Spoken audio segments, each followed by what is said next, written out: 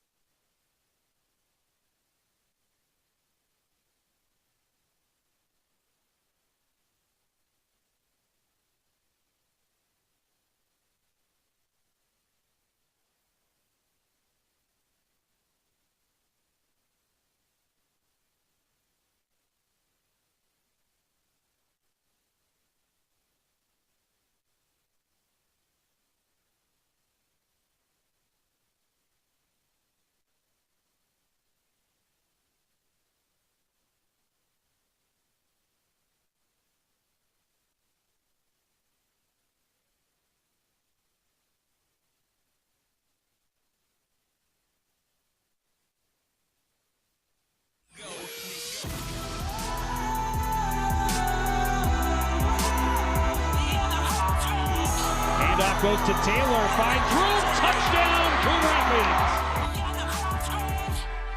White to throw, picked off by Kenny Nawachi.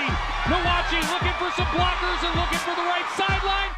Taylor wings out, little shovel pass inside, cutting back. Geyer, touchdown, Coon Rapids. This punt was blocked, it's scooped up on the run the other way is Sears, no one's gonna catch him. Touchdown, Iredale. Handoff goes to Freiberg left side, and he is not in. The Cardinals hold, and they will stay in front 14-12. They made a couple of fourth down conversions earlier, nothing quite this long. Drops back, has time, rolls, throws, pass is broken up.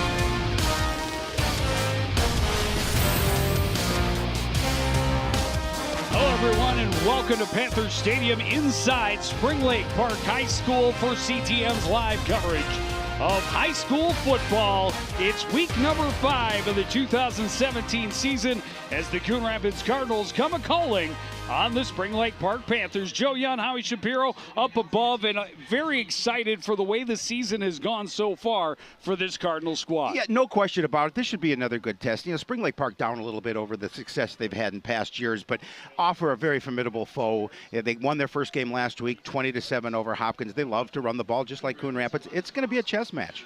Well, and for the Cardinals, they just need to keep doing what they've been doing, and that is pound the rock.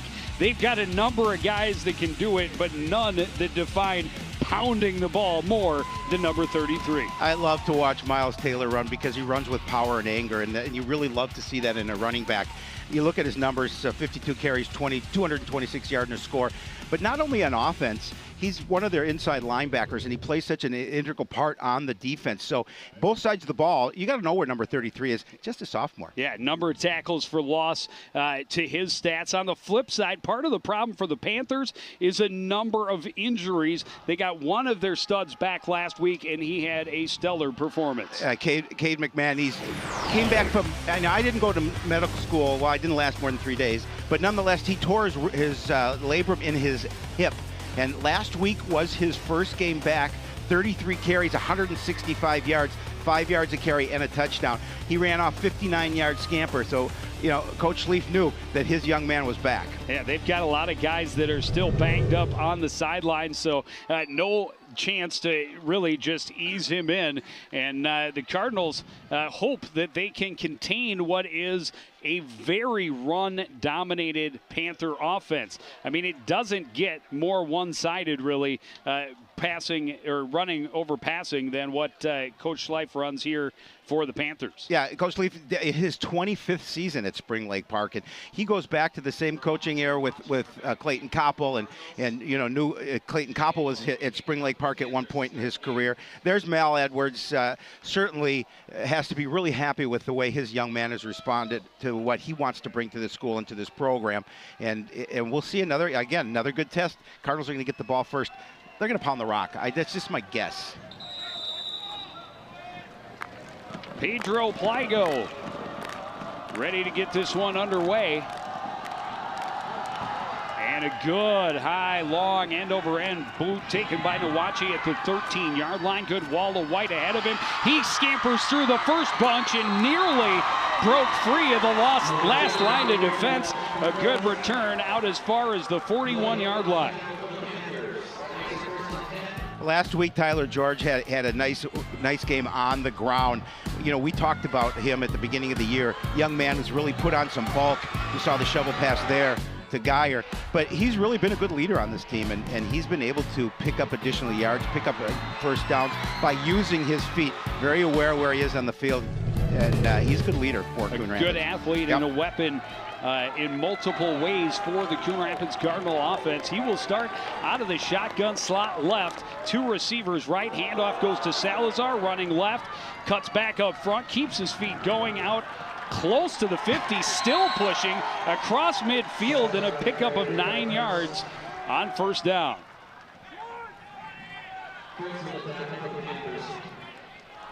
Take a look at the starters. Green, Nevesland, Soto, Taylor, and Alexander. The front 5 have been outstanding for the Cardinals all season long. Salazar with the big carry there. George, the quarterback. Caleb Ness has had an impact on both sides of the ball, lined up on the right side at tight end. As they snap it on second and short, another handoff to Salazar, this time right side. He should have a first down, and does, to the 47-yard line of Spring Lake Park. So a couple of runs by Salazar and a first down.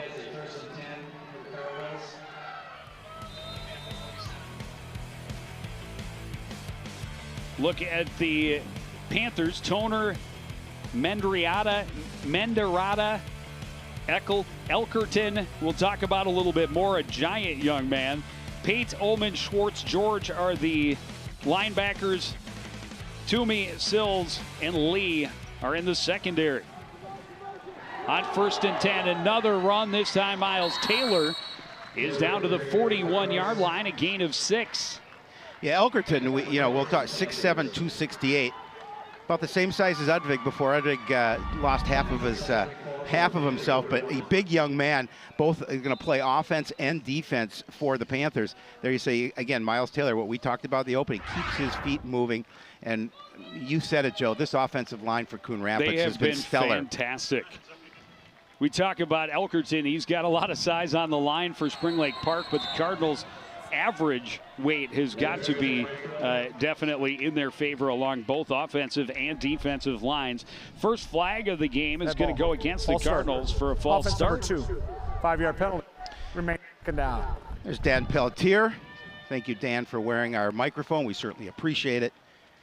Adds so much to our game. Coach Edwards, we had a chance to talk to him on the field, and one of the things he said, we cannot afford to lose yardage on penalties, and you see a penalty here on a drive, and hopefully that won't come back to hurt him. But those are the things that I know he wants to clean up. Said the best week of practice this week for Coon Rapids, so we'll see how they react out here tonight. Brown, the man in motion for the Cardinals. George will roll to his left, has some time, looks, now throws, incomplete, intended for Caleb Ness. And you wonder, you talk about George being a weapon both ways. He had an awful lot of green in front of him. You stole my thought, Joe, because it's exactly what I was going to say. He had a linebacker there, but he is so powerful and he can get up ahead of steam, and it's always difficult to tackle him in an open field. Certainly with one player. It'll force a 3rd and long situation. 3rd and 9 from the 46. Salazar will stay in the backfield with George out of the shotgun. Again, slot right is Jordan Brown. 2 receivers left. Handoff goes to Salazar. Big hole right side. He's got the first down and more. He could be gone. 1 man to beat. Touchdown, Coon Rapids. A 46-yard scamper to the paint for Salazar.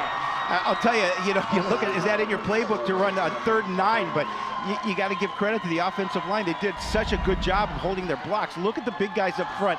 You get Quincy Taylor pulling and pushing away a defender, opening up a huge hole. And Salazar does a nice job just gaining that additional yard, and he has enough speed to make it to the end zone.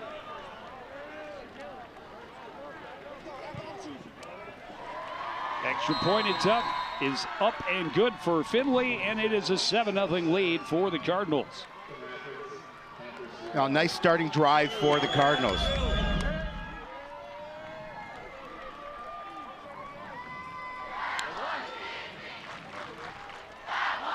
Oh, Coon Rapids fans getting a little cocky early on. Well, you know, this is a whole new thing for Coon Rapids football. Is that they've won 3 in a row, looking to make it 4. And again, just a great drive, and that's what you want to do when you go on the road. You want to score first on the opposition. You want to put them back on their heels a little bit. And Coon Rapids dominated outside that one penalty. They dominated at the point of attack. There you see 5 plays, took 2:22 off the clock, went 58 yards, 46 of those yards by that young man, Jalen Salazar, for his 5th score of the year.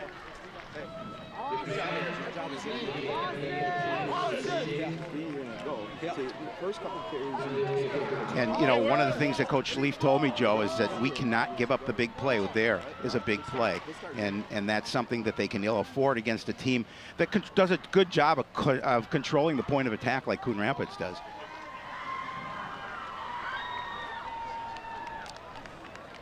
Sean Lee and Cade McMahon are the deep backs, ready for the Findlay kick.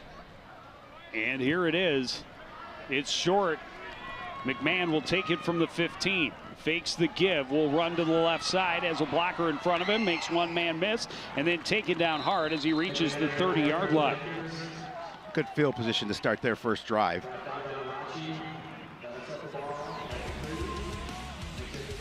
Look at the Cardinal defense, and they played a huge role last week. This was an Iredale team that came in averaging just under 35 points a game. Coon Rapids holding them to just 12, and 6 of those scored on special teams. When you look at 3 Cardinal defenders, double-digit in tackles last week. And the nice thing is, I was just going to say, there are so many people contributing, not just a couple of guys. It's all over the field. Handoff and bouncing away was McMahon, still going. He has a first down before being dragged out of bounds at the 43-yard line, and you can see why they give him the ball so much. Well, you know, Coach Leaf said this is one of our best players, and we missed him in the beginning of the year, and you can see what he did last week, exactly how much they missed him.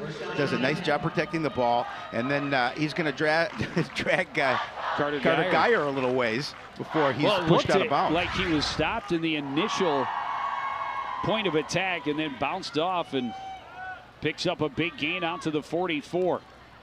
Flip goes to McMahon running right, trying to get the corner, gets around to Watchie, and another big gain before being escorted out of bounds at the Coon Rapids 42-yard line. Yeah, we talked about in the opening, he had 33 carries after coming back from injury last week, and just a mere 165 yards on the ground. Just one score, however, but they did get their first win of the year last week, but the 20-7 win over Hopkins. Just 27 yards on his first 2 carries, 2 first downs, and the Panthers trying to answer, and now the false start on the right side of the line.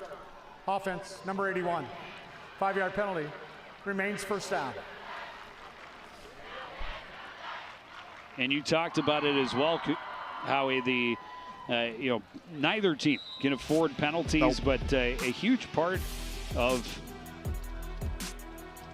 being successful is being able to overcome mistakes. There's a look at the backfield for the Panthers. McMahon, Thenis, and Robinson.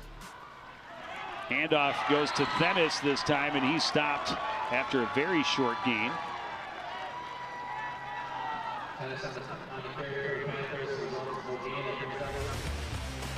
Cardinals on defense, Alexander, Willis, and Ammon up front.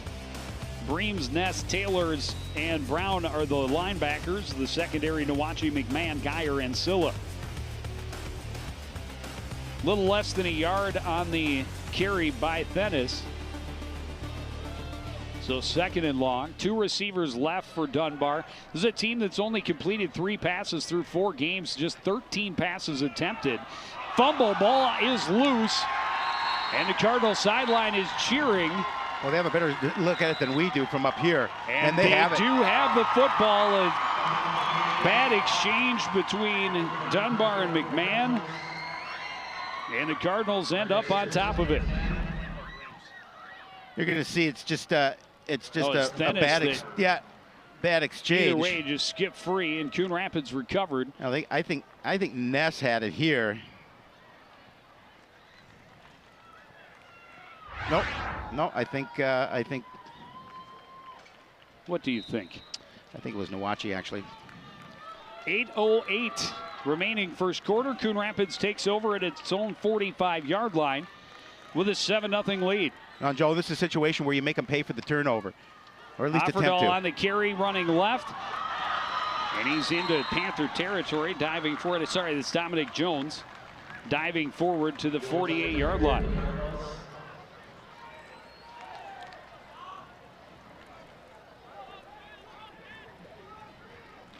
Pick up a 7, 2nd and 3. And every time you get an opportunity to go second and short, you have so much more you can do, and you can expand your playbook a little bit.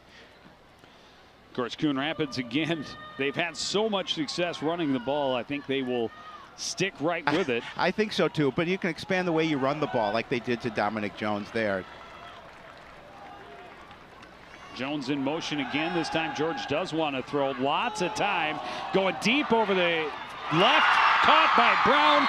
First down at the 12-yard line as he somersaults to a stop. Guess they opened up that playbook a little bit. Had a cross from Dominic Jones, and really a nice catch. I'm not going to say it's a little high, just a shade high, but he made a nice adjustment, able to go up and bring it down. Just a really nice job of George to get it out there and Brown, put it in a place where only Brown could get it. And Brown just went up and won the battle. And style points on the landing. I like it. 1st and 10 from the 13. Cardinals knocking, looking to expand their lead. George will step back up under center. He's got Salazar and Taylor in the backfield. Salazar gets the carry, wants to get around the right edge. Still going, hit hard and tripped up. He'll get a couple, but not a lot there. Yeah, that time the Panther defense did a nice job of stringing it along the line of scrimmage. Really not allowing Salazar to get that look to find a little bit of an open hole. The defense stayed with him long enough to force him to the outside and limit it to a short gain. 1-yard gain, 2nd and 9.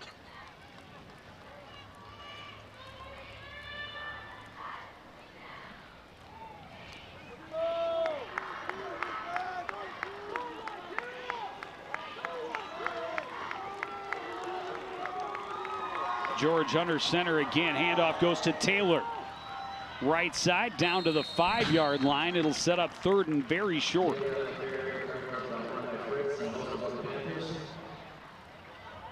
He falls forward for a couple yards as well.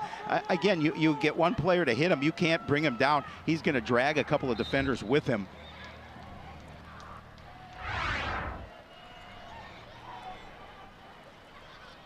Third down and 2.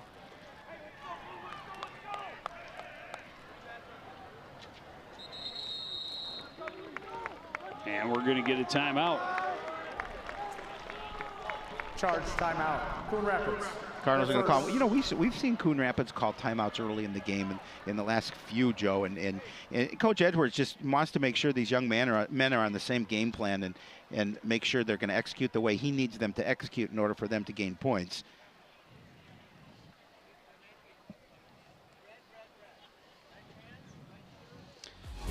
Shapiro, there's this new invention you may not have heard about. It's called the internet. And on the internet, you find a place called YouTube.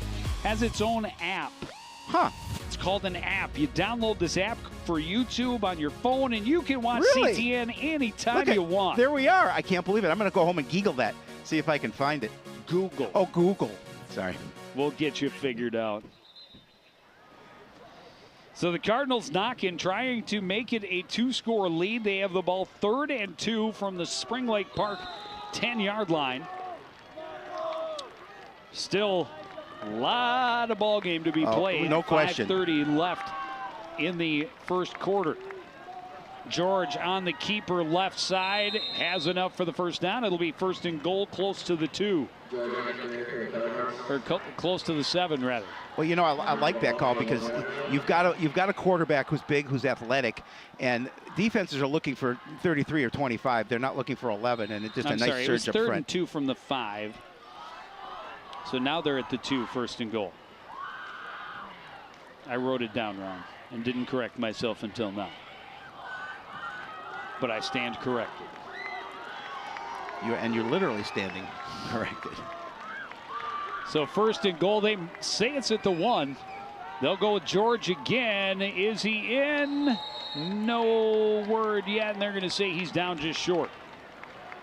Well, and they're going to say the ball came out as well, but we'll see what our officials say. Far side official is holding up 2 fingers, as is the near side official. So I think it's 2nd and goal. Well, that would have been from huge. the 6-inch That would have line. been huge for the Panther defense had they been able to accomplish that. Cardinals trying to capitalize on a Panther turnover. They bring in Jake Van Holzen under center. Van Holzen will hand off to Taylor, up and over, touchdown Coon Rapids. Yeah, again, tough to deny that young man a yard. And Miles Taylor able to get his 2nd score of the year. Had one last week, has now one this week.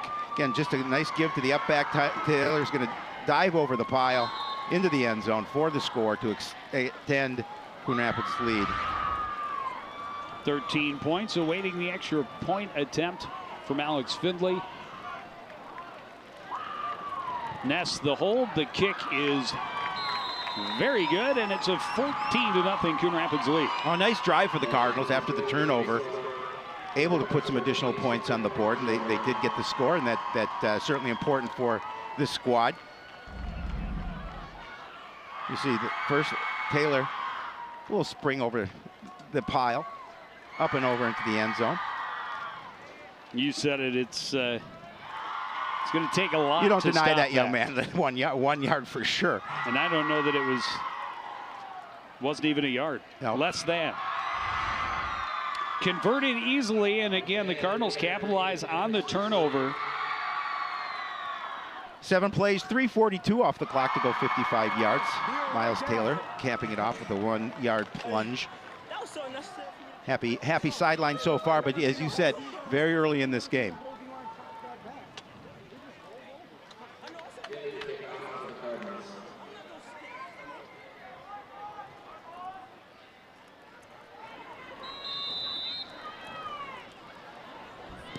Findlay is going to angle it to the near side. That's out of bounds, and Spring Lake Park will get pretty good field position for their 2nd possession. No question about it.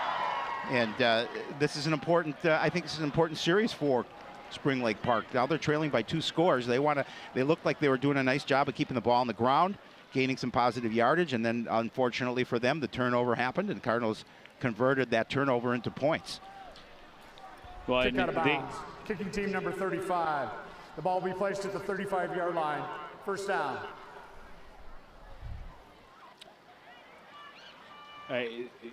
First couple of runs on that last possession, they went to McMahon, and then they went away from him trying to spread things out a little bit, which I understand, but I'd keep riding that horse. Especially with a player coming back 10 from plus injury. yards per carry. A little fake give, and then keeping it was Dunbar, and he's dumped for a loss. Cardinal defense collapsed on the quarterback, and will force another 2nd and long situation. Yeah, I mean, this defense has played so well so far this year. Really nice job at the point of attack, controlling the action. And then Jordan Brown coming in, I believe, along with Max Ammon. Yeah, that was Max Ammon as well on the tackle. Contributions from everywhere on this defense.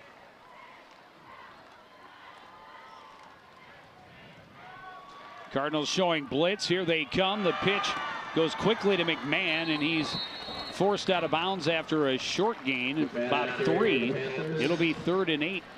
You know, you asked an interesting question of Coach Edwards, is how does he feel this changes, or does it change this turf? And he said, well, we have the athletes to have this turf help us because we can run to the ball. And you saw there, they were able to run to the ball, lose not a little bit of a gain, then put them in a 3rd and long situation. Yeah, 3rd and 8, they spread 2 receivers out wide right. Dunbar under center. Pitch goes to McMahon running right. He's got speed. He will get around the corner and get the first down, move the chains for the Panthers. A really nice job. Gavin Spencer, number 11 for Spring Lake Park. You're going to see him come into your picture. Right, there's 47, but right there. Able to do a good job of holding the edge, allowing him to get to the outside. What'd that table ever do to you?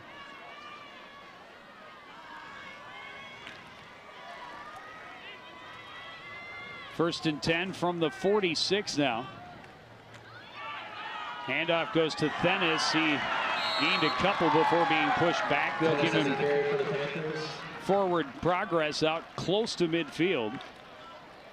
Well, so far, McMahon's really the only back that's been able to dent them early on here, and he's coming back into the action after taking the play off. There's Anthony LaPanther. It's a great mascot. Harley Schultz came up with that name. I think that's what this should be, the permanent nickname of the Panther here is Anthony LaPanther. Anthony LaPanther. I like it. I love it. I don't know if he would. I'm not going to ask him. Handoff goes to McMahon, trying to run him up the middle this time, or off tackle to the left. He's going to gain a couple into Cardinal territory. It'll set up another third down.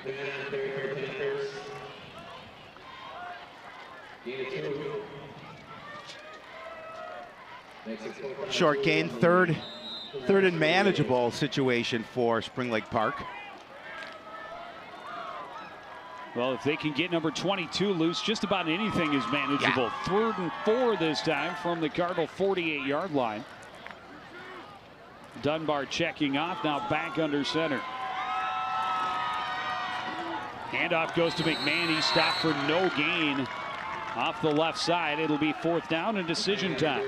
And it's a big decision because it's early in the game. You don't make it, and you give Coon Rapids great field position. Already trailing by 14, exactly. And still 2 minutes to play I think in they the first quarter. It looks as that will be the decision, as a number of jerseys fresh to the field on 4th down. Yeah, I mean, you live to fight another day this way. You give them a short field, and they turn that into points again. Now all of a sudden you're down by 3 scores. Pliego will be the punter, standing at his 40. Nawachi and Brown, the deep backs for Coon Rapids. Pliego, good punt. Brown will come under it at the 19-yard line. Looking back to the middle and back to the sidelines. Now back into the middle as he's wrapped up, and will go down right across the 30-yard line. Oh, so, he was still leaning forward on the far side. They're going to put it about the 31, I think, though. But again, pretty good field position again to start this 3rd drive. Sideline warning. Coon Rapids bench. This is their first and only warning of the game. The Cardinal bench got a warning. They did last week as well. Chris, the Cardinal? Chris, who's your favorite, Joe or Howie? Joe. Joe!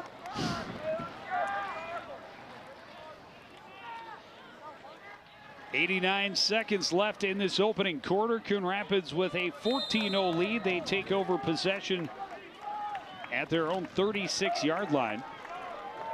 An offense that has been clicking. They've only thrown the ball twice, once incomplete and once for a big gain that led to their last score. Tyler George out of the shotgun. Handoff goes to Salazar, looking for room left side. He's going to bounce it back. Great block by George. Can he get the corner? Maybe not. Dropped out of bounds back at the 26, 27-yard line. So he's going to lose some yardage on this run, but made it exciting. And the quarterback, Tyler George, stepped up, made a great block. Unfortunately, Salazar couldn't make it all the way back around. Watch coming in your picture right there. I didn't get it in time, but George took on their 6'7", 268-pound defensive tackle, and he put a block on him. I like to see it. 5-yard loss, 2nd and 15. George out of the shotgun. Brown in motion. George rolling to his left. Plants, throws deep downfield. Nawachi behind the defense has the catch, and he is gone. They're not going to catch him. This is a 74-yard score. The Cardinals up by 20. Yeah, and they're really mixing their game plan. Again, we've seen a couple of long balls from George, one to Brown, and now this one to Nawachi. And again, just good protection up front. He's able to roll a perfect pass, had to adjust a little bit, but nonetheless, there's not a defender there to catch him. And you can see once he caught the ball, Joe Young, he turned on those afterburners, and nobody was going to beat him to the end zone. He's got good speed. Once he had it behind the defense, no chance the Panthers were going to catch him before he put 6 more on the board. Findlay's kick is up. It is No good. And the Cardinals have a 20-0 lead with still 1:06 to play in the first quarter. Again, look at the protection up front. Quincy Taylor's just going to push a defender out of the way to give George a little additional time, but Nwachi adjusting to the ball, and then look at him turn on the afterburners. He coasted to the end zone for the 3rd touchdown of the game so far, and we're still not out of the first quarter.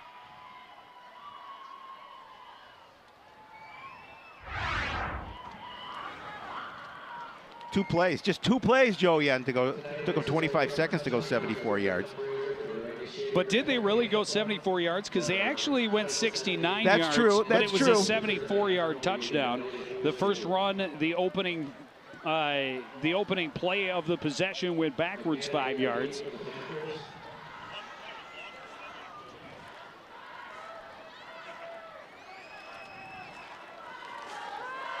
Everything going in the Cardinals' way in this opening quarter. Finley again angling it away from McMahon. It's bobbled and scooped up at the 20-yard line. Turning back up is Nico Ryman along the sidelines. Dragged out of bounds as he crosses the 25 to the 26.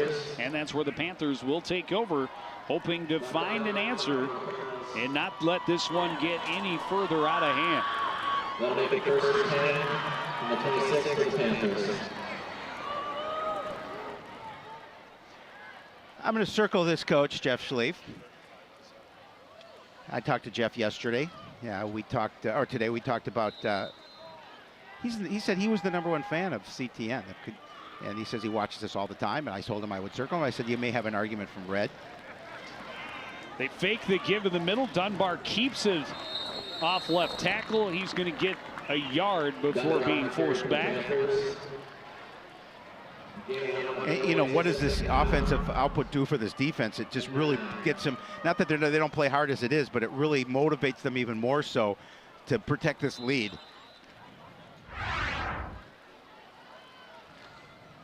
The Cardinals, obviously they're being very wary of number 22 and the pitch option. And Dunbar kept it and only picks up a yard. He fakes the give and then dives forward himself out as far as the 29. It'll be 3rd and about 7. Well, now you're in a 3rd and long situation, Joe, and this is a Spring Lake Park team that does not throw the ball much at all. So now down 20 points, you're in almost a position where now you have to start throwing the ball and going away from what you like to do best. I thought that on the 3rd and long situation on their last drive. Yeah. And instead they gave it to number 22, yep. And he got around the corner and picked up 15 yards. He did. A defense will adjust to that. They're gonna have to mix it up a little. We'll see. We'll wait for the big 3rd down at the start of the 2nd quarter. Coon Rapids up 20-0 after the first. You're watching high school football live on CTN.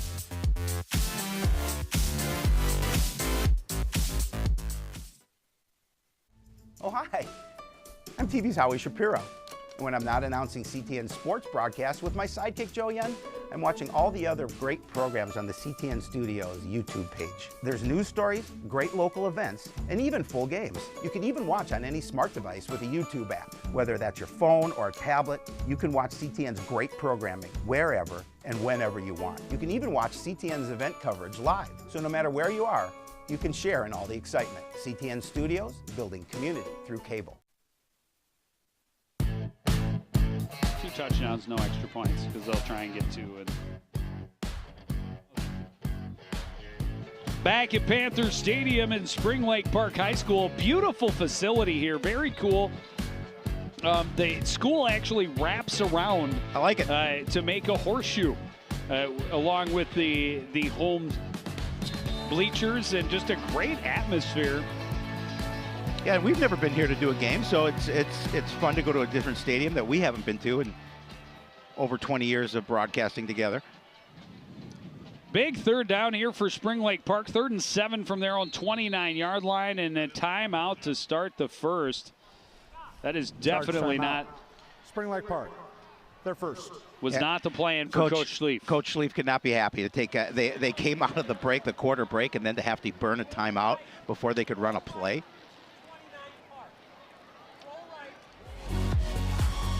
Obviously not lined up the way he had instructed. Look at all those likes we get for Howie Facebook. Shapiro. No, that's the loves are for you. The likes are for me. Shapiro, you flatter me so. The excited faces for Neil Hannon.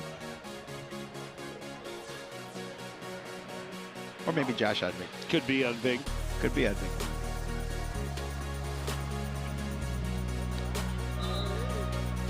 I know it's not a party without Josh Udvig, so.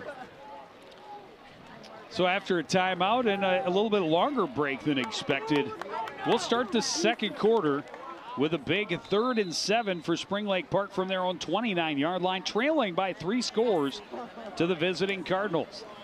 Pitch goes, a little trickery. They're throwing downfield, have a man behind the defense, and that's going to be a big first down into Cardinal territory. Darius Robinson on the reception down to the Cardinal 32. Well, and that's the thing. Great. They probably called that play out of the break in the quarter. Realized maybe they will not set up correctly, but just a great job of catching Sean the Cardinal Lee defense off the guard. Throwing it over the top to Darius Robinson for the big first down. Set up at the Cardinal 33-yard line. Well, now you go back to what you want to do, and that's running the rock. 38 yards. And on first down, a broken play. Dunbar will keep it off the left side. He's tackled down at the 30.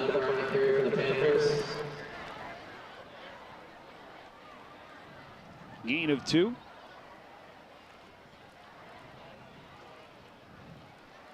They had to go deep in their bag of tricks early, but it kept this drive alive for the Panthers. And definitely not desperation time early as we start the second quarter, but this is a drive that needs to end with success for the Panthers. No question, they need points. Dunbar under center, pitches it to Thenis. He's hit in the backfield, spins off, but Ness able to finish by dragging him out of bounds back at the 35-yard line. A loss of 5 and another 3rd and long situation. Now Jordan Brown does a nice job of getting a hold of him and allowing his teammates to come and finish him off. So now 3rd and 13, and again, these are situations you don't want to be in, but I would assume, we'll see what the success of this 3rd and long is. Do they continue to try this drive? I mean, you're not really in a punting situation at this part of the field.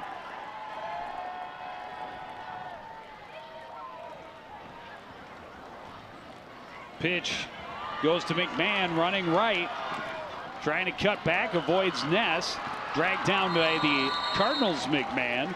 As he gets to the 25-yard line, it'll be 4th and 3. Gain of 10. And the key to that play, again, good blocking on the edge by the Panthers. You're going to see at that point in time it was a nice job by Darius Robinson just to hold that edge and allow McMahon to gain the corner. And now puts him in a 4th and relatively manageable, but you have to make it here. Strong side left. And the Cardinals jumped, and they're going to give him the first down for free.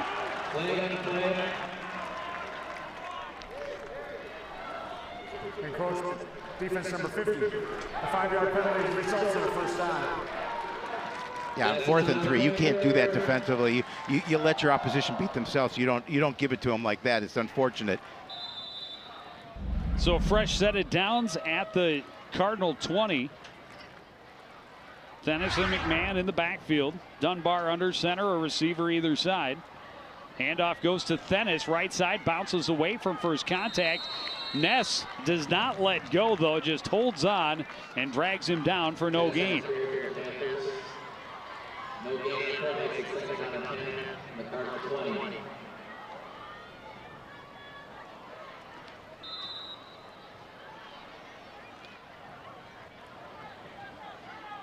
Already 6 tackles on the evening for Caleb Ness, leading tackler for this squad. He's everywhere defensively for Coon Rapids.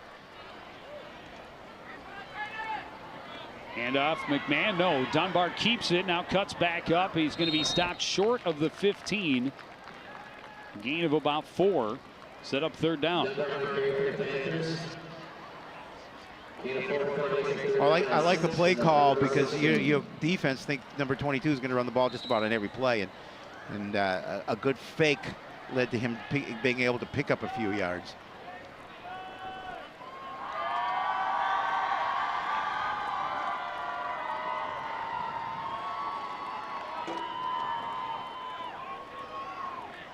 Zach Dunbar, 6 carries, 8 yards on the night. He'll keep it again on 3rd down. Got a good hole. He's going to be stopped just short of the first down marker. So it'll be 4th and less than a yard. Dunbar on the carry for the Panthers. Gain of 5 on the play makes it 4th down and 6 from the Cardinal 11. Converted 1 4th and short by getting the Cardinals to jump. Here they are deep in Cardinal territory, trying to answer the Cardinals' 3 first-quarter scores. Handoff goes to McMahon, and it's going to be close. Oh, it is. He did not have much, but he did not need much. Have to see where they mark it. I think might be. They're going to bring they're the going to chains have out. to. Might be a little short. It's going to be awfully close, regardless. Very close. Just make sure the referee doesn't rock that ball one way or t'other. Rock the ball, don't rock the ball, baby.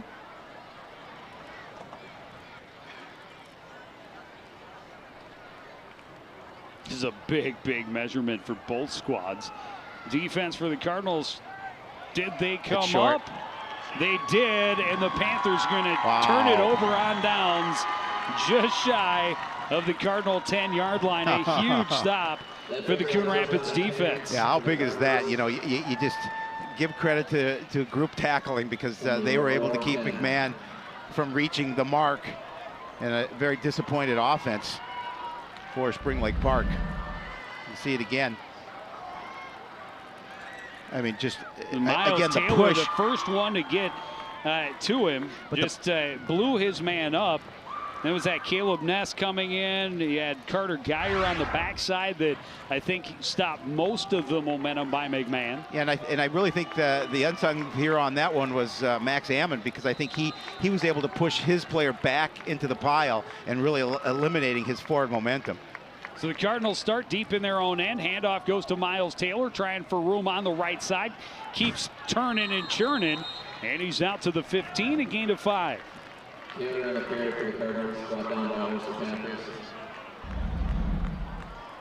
And just the give to Taylor. And look again, at the wall. The wall is bodies. there, but a wall of white jerseys ahead of him. He picks that additional yard, all up on second effort. Well, they give him almost to the 16. They're going to call it 2nd and 4 from the 16 on the scoreboard.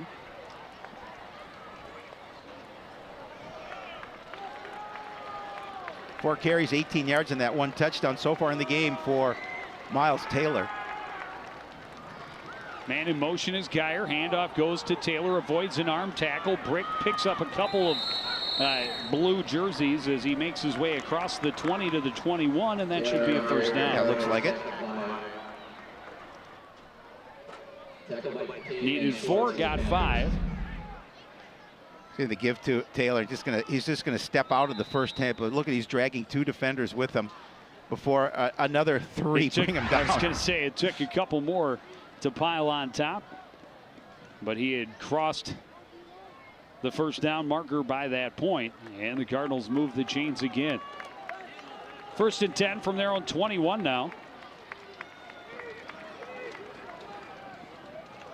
Fake the give and then hand it off to Carter Geyer. Great hole on the right side, and he's out just shy of the 30. It'll be a gain of about 8. Well, you know, you talk about the hole on the right side, Chance Alexander, and of course Quincy Taylor leading the way. Well, they do the misdirection with the fake give to the up back, then they give to Geyer on the counter, and before you know that he's got the ball, they've got 3 linemen downfield already clearing a highway for him, so he doesn't get a hand on him until he's 5 yards past the line of scrimmage. 2nd and 2, Geyer in motion again.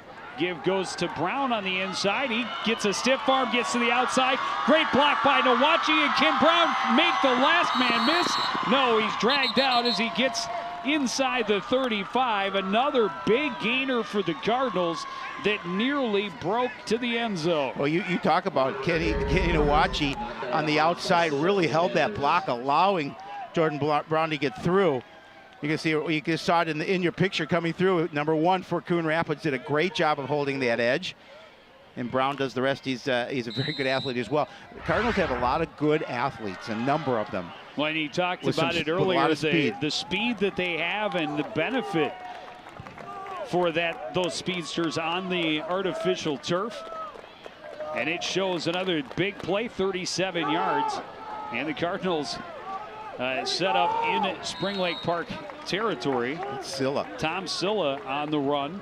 First time I think we've seen him I don't touch think we the have ball on the offensive side of the ball. He will be stopped for no gain.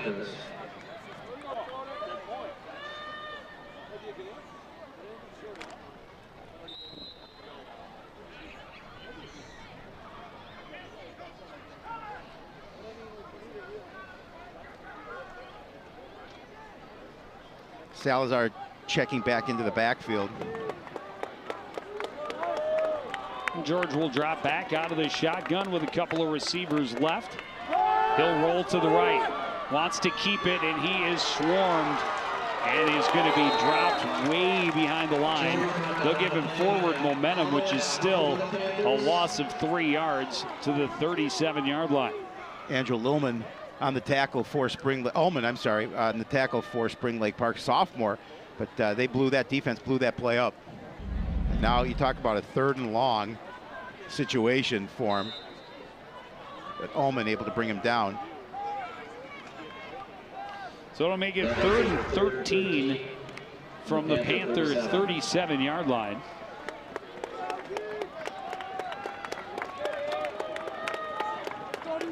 That one obviously did not fool the Panthers. George rolling left, now throws on the run, but his arm was hit as he threw, ends up out of bounds. That makes it 4th down and 13 from the Panther 37. Oh, they're gonna call it a fumble and rule it out of bounds where it went, or rule it 4th down where it went out of bounds. I don't know how you call that. Let's see if his arm was moving forward. His arm was moving forward. He tried to stop. Yeah, but that's an incomplete pass. Yeah. So the Cardinals get some yardage out of it. So it's 4th and 8 from the 32. Cardinals just lucky that I don't know. Does George get 5 yards? The result of the play is an incomplete pass. There we go. Yeah, as well it should have been. Okay.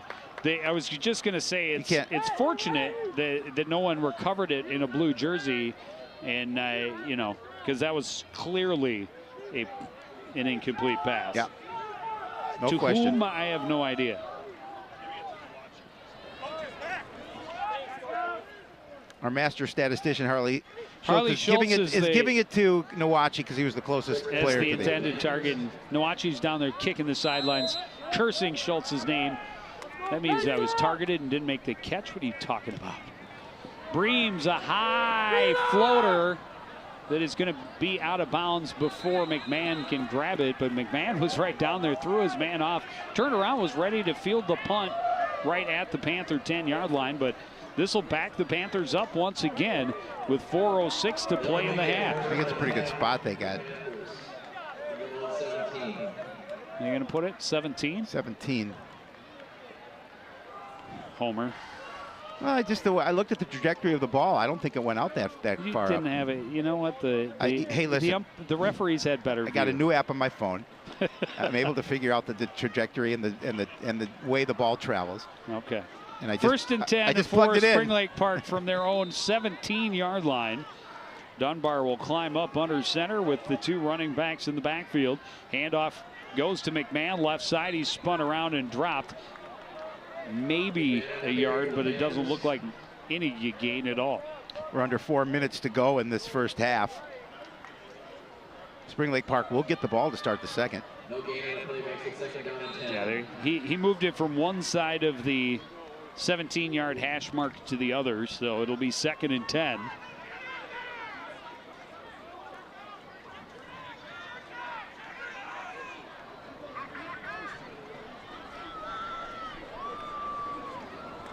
Handoff left side. McMahon got through the line, but then was finished off by the linebackers as he crossed the 20. Gain of maybe 4. It'll set up 3rd and 6.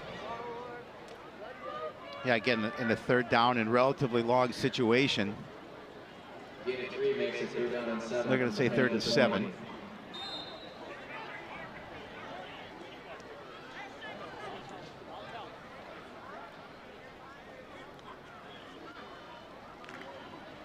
And a big 3rd down now for the Panther offense. You see the numbers for Cade McMahon. 59 yards on the ground so far here through the first half. Dunbar steps back, throws over the middle, passes complete and then knocked free, and it's going to be ruled incomplete, in and out of the hands of the tight end, Mason Johnson. And again, nice play call. Mason Johnson wide open. We'll see if he made a football move. Oh, that's so fumble. I think that, well, I don't know. He went to secure it. It was secured. It was knocked free. It was secured, and if he took a couple of steps, that's a football move. But nonetheless, it's 4th and long, and we'll punt the ball away. Pliego standing inside his own 10-yard line.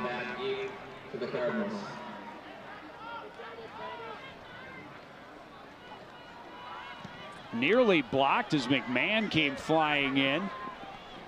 Taken by Brown at the 46, and he's swarmed under immediately. But the Cardinals will have possession in the Panther half of the field with 2:31 to play in the half. Yeah, still plenty of time. Man with a little bit of pressure there in on the punt.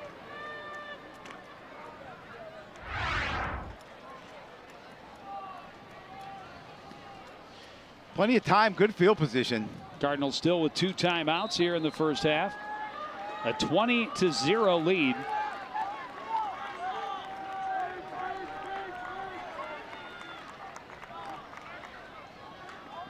The counter fumbled, but then scooped back up by Brown, and Brown's looking for blockers to get to the edge, cuts back, avoids a tackle, and that could have been a turnover. Instead, it's a gain of 4 for Jordan Brown. Yeah, just the wherewithal to get to that outside, to be able to pick up some positive yardage on that play. As you mentioned, it could have been disastrous for the Cardinals. Look at 3 on the play, just couldn't secure the handoff, but did a nice job of getting to the edge nonetheless. Nice stiff arm, a nice cutback move toward the end to get some positive yardage out of it. It's 2nd and 7. Ball just inside the 45 of Spring Lake Park. Handoff goes to Salazar. Good hole on the right side, cuts back, dives forward, and he's going to be very close to the 1st down marker. Now we'll see what they mark it. Might be, depends, it might be a half a yard short. 3rd and very short. 3rd and less than a yard. Ball at the 38-yard line.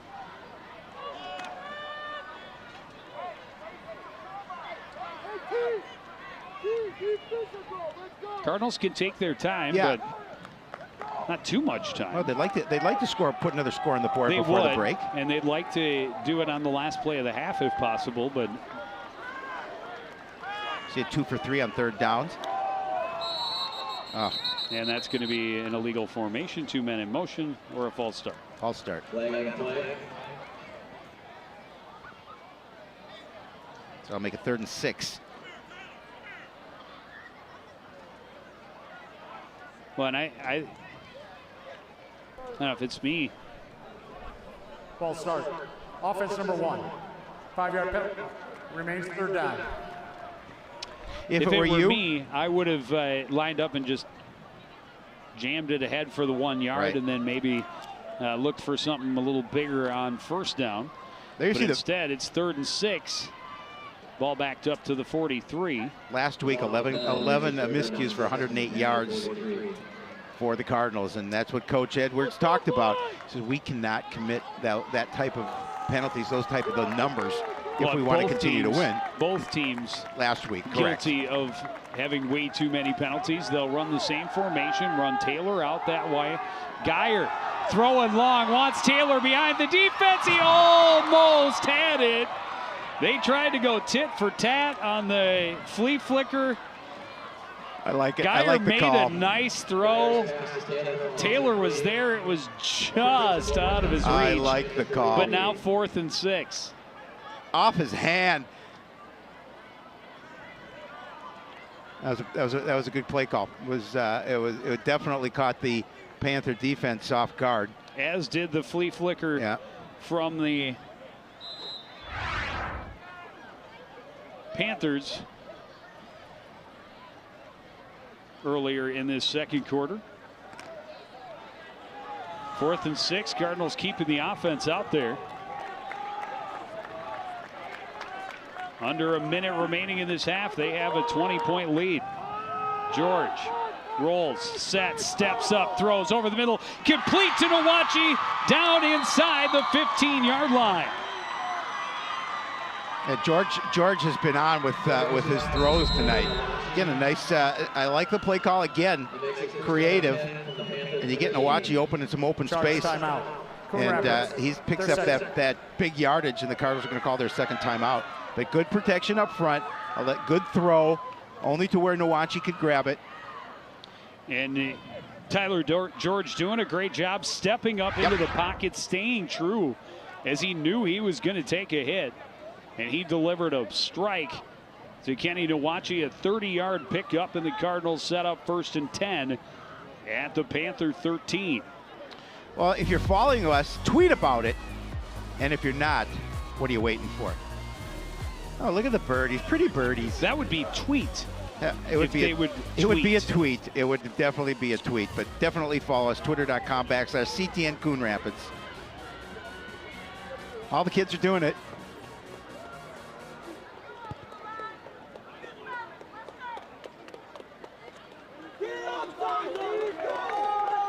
Out of the timeout, the Cardinals have it 1st and 10 from the 13. George out of the shotgun, fakes the give, throws to Nwachi on the right side, dives forward down to the 5, but stays in bounds, so the clock keeps running. And they're going to have to hustle. Still plenty of time, a little over 30 seconds remain. They're going to call their final timeout. And valuable time. That'll be 32 and a half. Coon Rapids. I was surprised Nwachi along the sidelines did not elect to step out of bounds. Agree. Even if he did gain an extra 1 or 2 yards, the seconds in the timeout far more important. No question. So now they're out of timeouts. And do not spike it from the shotgun. No. A lesson learned early in the season. Yes.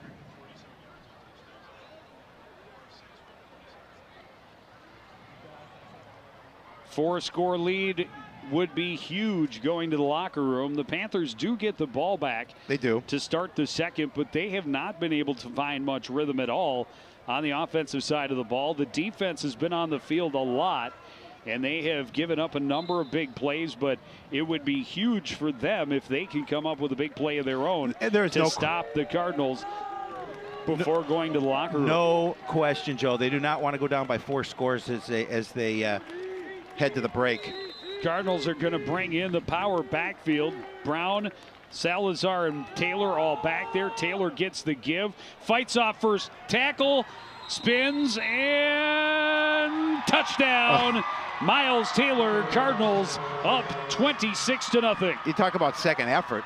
It looked like he hesitated at the just once he got the ball, but he did a nice job of just pushing into the line. You're going to see him hesitate a little bit in the backfield, and spins it. He throws the first guy off, spins away, and then all of a sudden there's a little void in the jerseys there, and he falls forward for the score. Finley out to attempt the extra point, missed his last. This one is long enough, high enough, and straight enough to give the Cardinals a 27-0 lead. Yeah, again, just great job by Coon Rapids to convert that short field into points.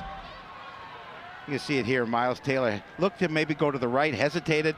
Then, as you mentioned, a little bit of daylight opened up, and he was going to make sure he found that stripe. Well, after the initial contact, I don't know, so many people rushed to the right that when he spun back to his right, their left, that there was just an absence, a little pocket in the defense, if you will, and Fortunate for Taylor and the Cardinals, unfortunate for the home squad, who is now staring at a huge deficit with just seconds remaining in the first half. Took them 6 plays to go 47 yards, took 2:06 off the clock. Miles Taylor with his second score of the evening. And congratulations around. Pretty good first half for Coon Rapids, Joe Yen.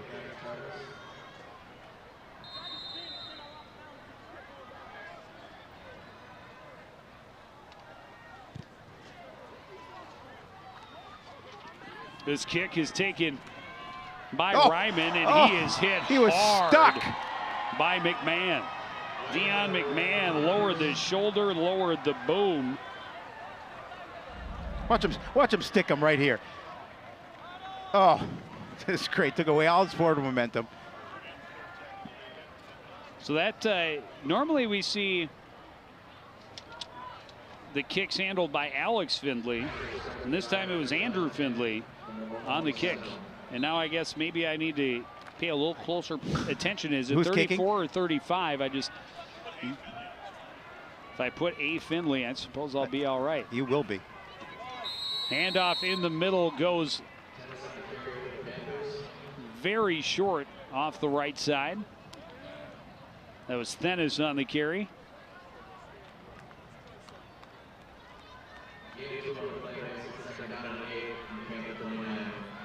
That's going to do it.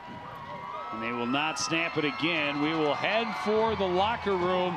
It's Coon Rapids 27, Spring Lake Park 0. We'll be back with first half stats and highlights after this. You're watching live high school football on CTN.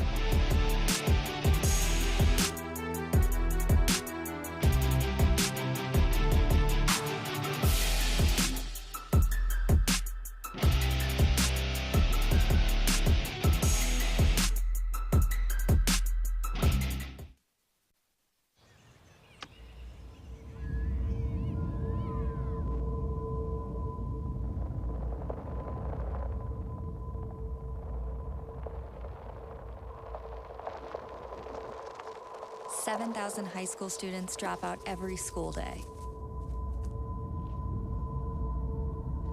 Let's catch them before it's too late. To start helping students in your community, visit boostup.org. Get your ass. You're not in here. Yes, I am.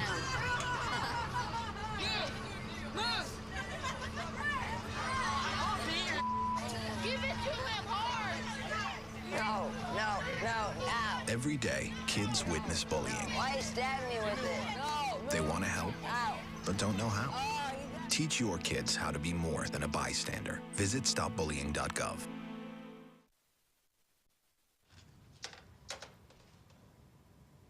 Wow, these are really good. You act surprised.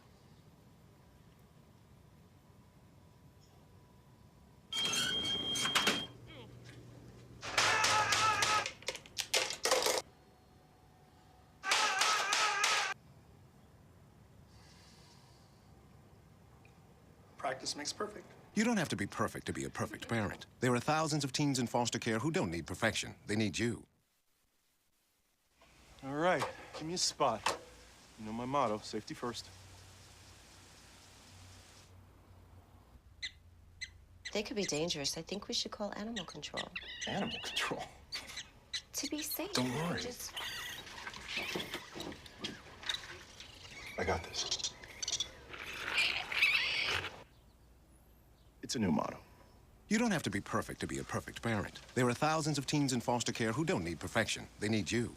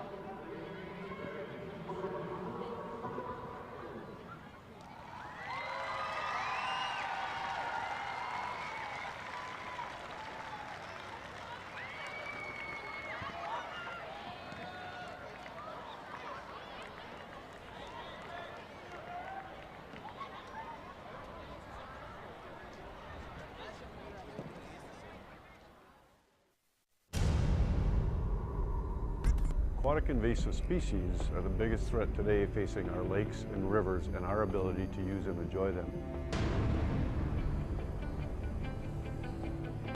All across the state, aquatic invasive species are having devastating impacts on our lakes, rivers, and streams. Our way of life and who we are as Minnesotans would be lost if these things get into our lakes and streams. Our fishing guides are on the water daily, hopping to a number of different lakes throughout the season, and aquatic invasive species have become a major problem. We need to do something. Every citizen needs to participate in preventing the spread.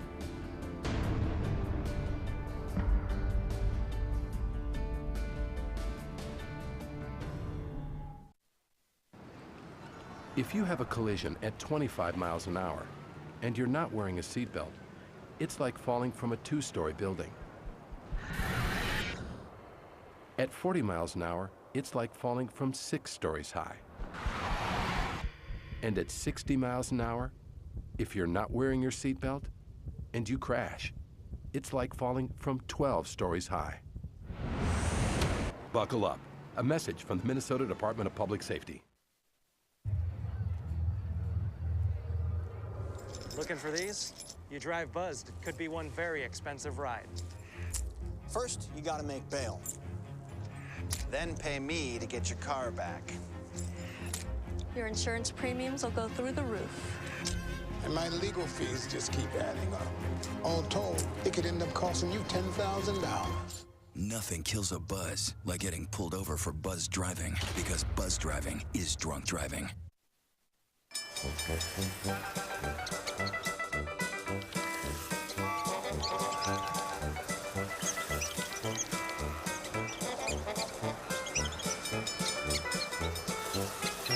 Kids will spend 15 minutes watching online videos like this one. Brushing for 2 minutes now can save your child from severe tooth pain later. 2 minutes, twice a day. They have the time.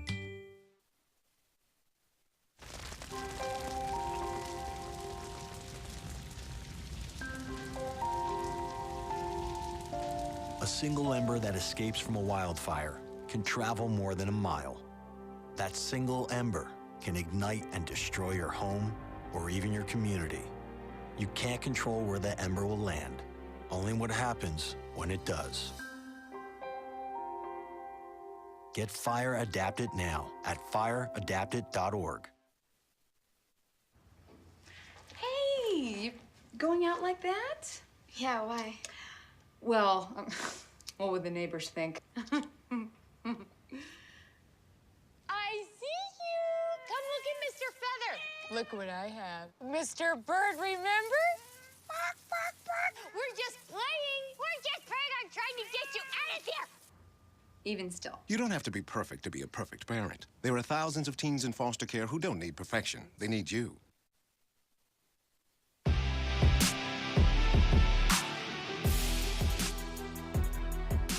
Back at Panthers Stadium, the Cardinals in complete control through the first half.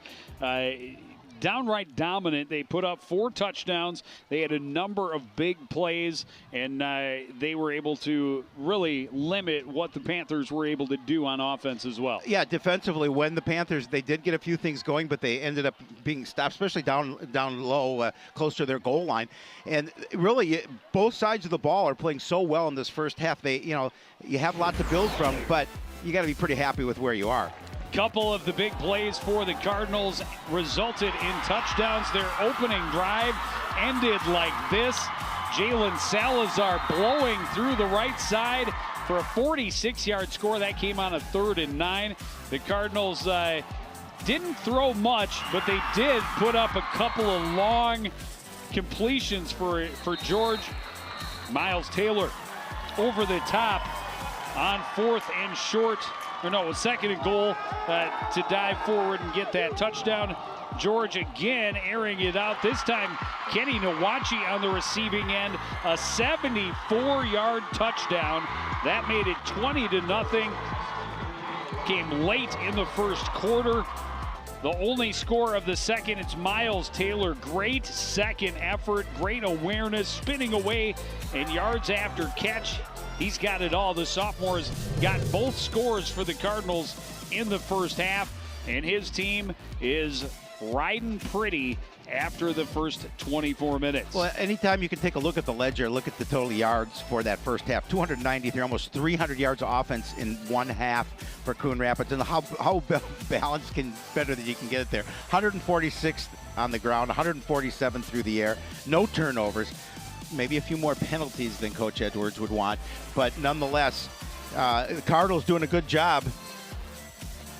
Cardinals doing a good job in that first half, really developing their offense and playing solid defense. Well, and even more importantly, if you look at it, this is a team in Spring Lake Park that ran the ball for 330 yards last week in their first win of the season. They're held to just 73 yards rushing by the Cardinals. Yeah, no question about it. And, they're not a passing team, and they're at this point now down by 4. All of their passing yards came courtesy the one trick play on 3rd and long. Correct. So they're going to have to become a little bit more well-balanced in the second half if they want to get back into it. And the Cardinals, they, again, just keep doing what they're doing. They've built confidence over the last 3 weeks. It's showing, and they are keeping the Panthers all caged up. Will it continue in the second half? We'll find out when we return on CTN.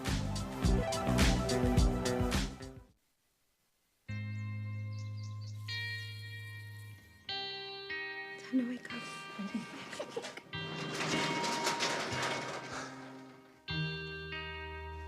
I've got a job to do today.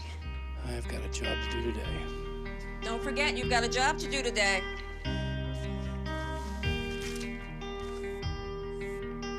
Hey, Mom. I got the job. Thanks.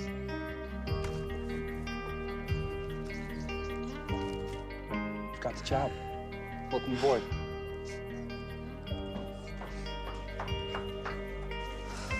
Have a good first day at work, Mom.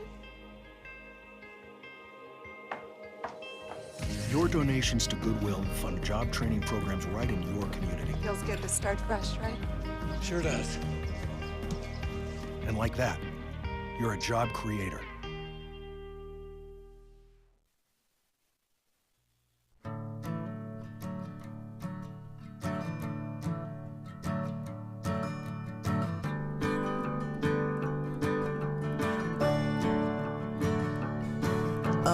Listen now, can you hear the bluebirds? Oh, look up now, can you feel the sun? Whoa, whoa,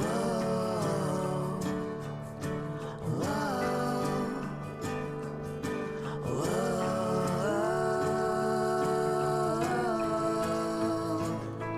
can you feel the sun?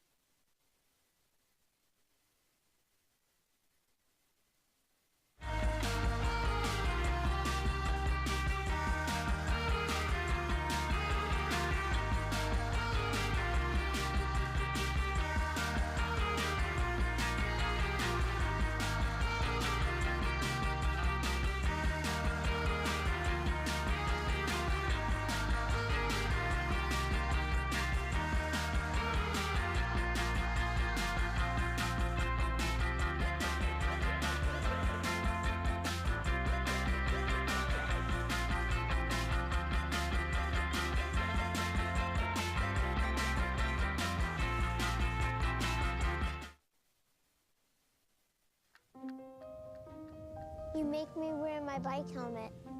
Taught me never to run with scissors. You tell me to stay away from drugs. To always buckle my seatbelt. And to follow the swimming rules.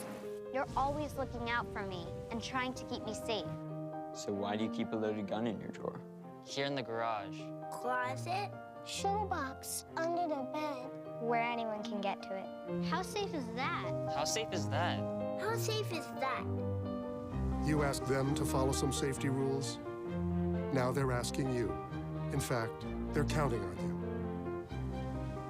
you. Never let your gun get into the wrong hands. If you own a firearm, human for a while, and you get to know a few things. Like, I know she's actually not a morning person. I know she does strange tricks for no treats. I know that water makes her howl like crazy. I even know how the floor stays so clean. She's quick. But the one thing I will never for the life of me know is how she gets so tiny and inside that box. Natalie, how do you get so tiny? Check.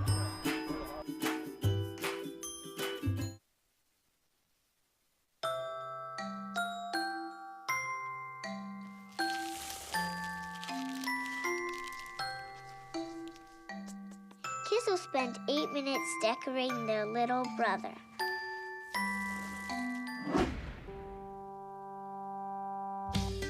Brushing for 2 minutes now can save your child from severe tooth pain later. 2 minutes, twice a day. They have the time. All in together now. We can make it better now. Come on, can we do it? Yeah, you know that we can. We'll rope it up, cause we know how to jump. We'll roll it out, cause we know how to skate. We'll cut it down, cause we know what to eat. We'll swap it out. Can we do it? Yeah, you know that we can. Can we do it? Just moving a little and eating better every day can help make you and your child healthier. Search We Can to find doable tips and activities that you can use every day. Look at me. Hey. Raymond, look at Mommy. Maybe the light hurts his eyes. Maybe she's just not hungry. Maybe he can't hear us. Maybe we're not stimulating him enough. Maybe it's a phase.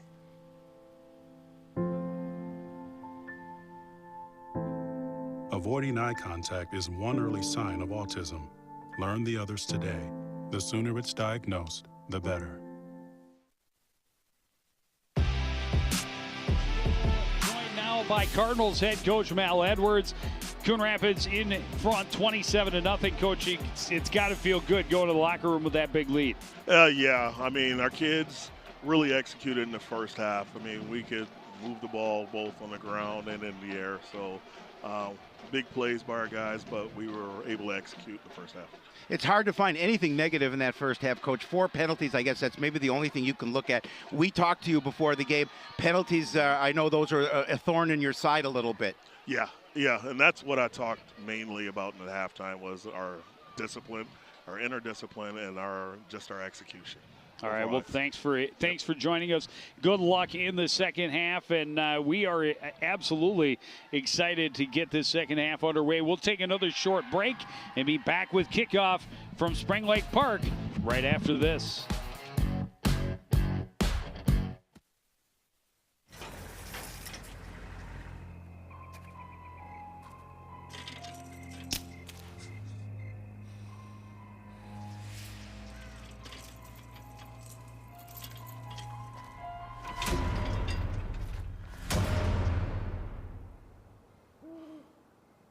If you don't fix them, sparks from dragging tow chains could cause a wildfire, and that could be scary.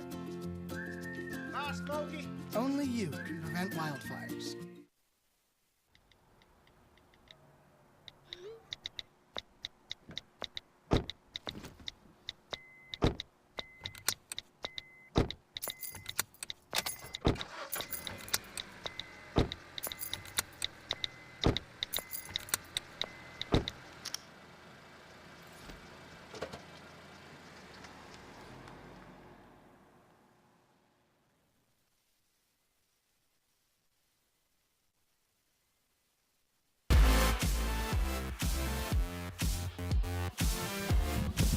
Back at Spring Lake Park High School, Coon Rapids a 27-0 lead at the half, looking for their 4th consecutive victory. A team that ranked in the top 10 this past week. Yeah, that was exciting, and we get a chance to see that at the polls. They finished number 10.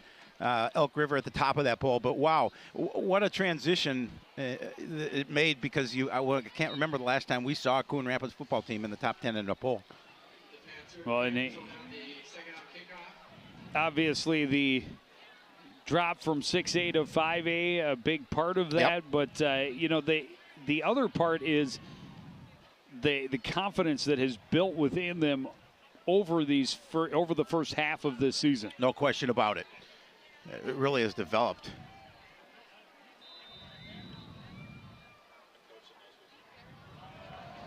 Andrew Findlay with the kickoff for the Cardinals, and it will skip out of bounds. And the second we've seen illegal procedure on the kickoff. And pretty good field position for the Panthers to start the second half. Kicking team number 34. The ball will be placed at the 35-yard line. First down. Yeah, really good field position, obviously, to start this drive. And you know, we talk about there's plenty of time left in this game, just a whole half to go. But you want to develop something on offense. You want to get some kind of flow to your offense. And really, they had it in spurts. But we talked about it at the break. Cardinal defense doing a really good job of stopping those opportunities. Offset I formation in the backfield. Fake the give, and then the pass bounces off the chest of the tight end, Mason Johnson, on the quick tight end dump on the left side. That's twice he's dropped a ball here tonight. I'm not sure if he heard footsteps there and just didn't control it, took his eye off the ball, but we saw a really nice play over the middle to him. That would have been a nice gain, but he dropped the ball as well. 2nd and 10, Dunbar back under center. Cardinals nearly jumped, able to get back onside. The Panther quarterback resets. Handoff goes to McMahon, big hole, and he's got a lot of room to run. There's no way the Cardinals are going to catch him. Nate Bream's giving chase, but he won't get there. That is a 65-yard score to get the Panthers on the board. Well, he had a 59-yard score last week. Gets a longer one here tonight. And again, just a nice job of blocking up front, breaking through, and as you talked about, nobody was going to catch him. Well, and the whole Cardinals secondary was moving to their right as he was coming back to the left, and guys were still moving away from him once he had broken past the line. Just a broken play on defense and a huge touchdown for the Panthers just 14 seconds into this third quarter. Well, Joe, they certainly needed it because offensively they weren't doing much at all. And now to get a big score, and the Cardinals defense gives up a big play, and that's, I know, one thing Coach Mel Edwards does not want to see here. Pliego's kick is good, so it's 27-7.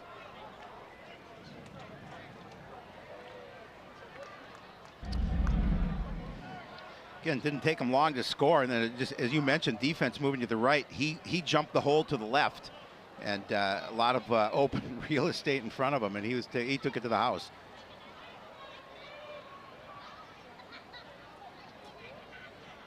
Again, a big offensive play for the Panthers. Just 14 seconds, took just 2 plays to go 65 yards. 1 play, actually, to go to the 65. Incomplete pass, and then the 65-yard run.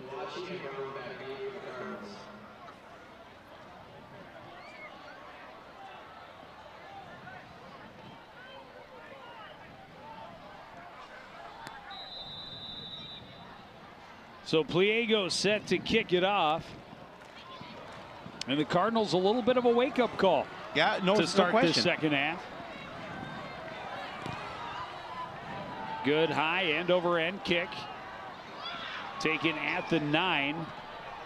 Brown spins away from first contact, drags a man out as far as the 28. So pretty good field position for the Cardinals to start. Yeah, I think a little, almost a little communication error between Kenny Nwachi and Jordan Brown. You're going to see here both of them looking to go for the ball. Brown's going to step in front of Nwachi. He's going to hit the turf, but Jordan Brown doing a nice job of picking up some positive yard, getting decent field position to start this first offensive drive for Coon Rapids. 1st and 10 from their own 28. Tyler George will start out of the shotgun. Man in motion is Jones.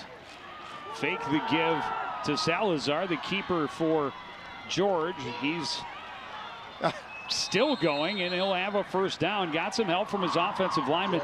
That's the kind of thing that has really impressed me about the offensive line. Not only do they control at the point of attack, but once their runner is stopped, all the white jerseys get behind and continue to push and help them move forward.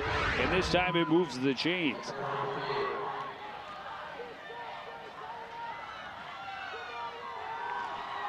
Gain of 10, first down from the 38-yard line now. George will go back up under center. The single setback is Salazar. Brown in the slot on the left side. Handoff goes to Salazar, running that way. Cuts back, met by a couple of guys, and brought down at the 44-yard line, a gain of 6. Well, this is what the Cardinals want to do. They want to control the pace of the game. They want to control the clock. They want to run the ball, and this is what makes them successful, and that's what they're doing. You get a really nice job there. Niveland pulling to the outside, doing a nice job lead block there for Salazar, and he picks up 6. 7 carries, 67 yards, and that score so far in this contest for Jalen Salazar.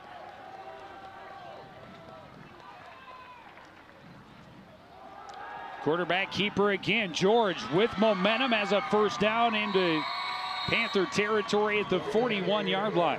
Well, and that's what he gives you. I mean, he's a good athlete, and running downhill like that, he's tough to bring down. He's strong, he's big, and he's powerful. And again, this is a design play for him to go to the outside, and he's just going to turn it upfield and gain some great yardage. 15 yards, first down at the 41 of Spring Lake Park. 5 carries for 26 yards for Tyler George so far in the evening. Yeah, they've got a nice set of weapons they can bring. Handoff goes to Salazar, gets away from an arm tackle to the backfield, cuts back upfield, and he's going to gain about 3. Ball came out at the end, and Spring Lake Park says they have it, and they do. It's a big turnover. Cardinals were driving, and this is the kind of thing that Spring Lake Park was looking for. Miscues. The Cardinals turned the ball over. But he got 3 yards upfield after being stopped pretty much in the backfield here. See where the ball comes out. Yeah, there it did before he hit the ground. Let's see where the knee was. Stripped away. It's stripped away. You have to protect that ball a little better. He was holding it in one hand. When you hit into a pile like that, you need to protect it with 2. I understand. Trying to figure out who that is on the bottom of that pile who ripped it free.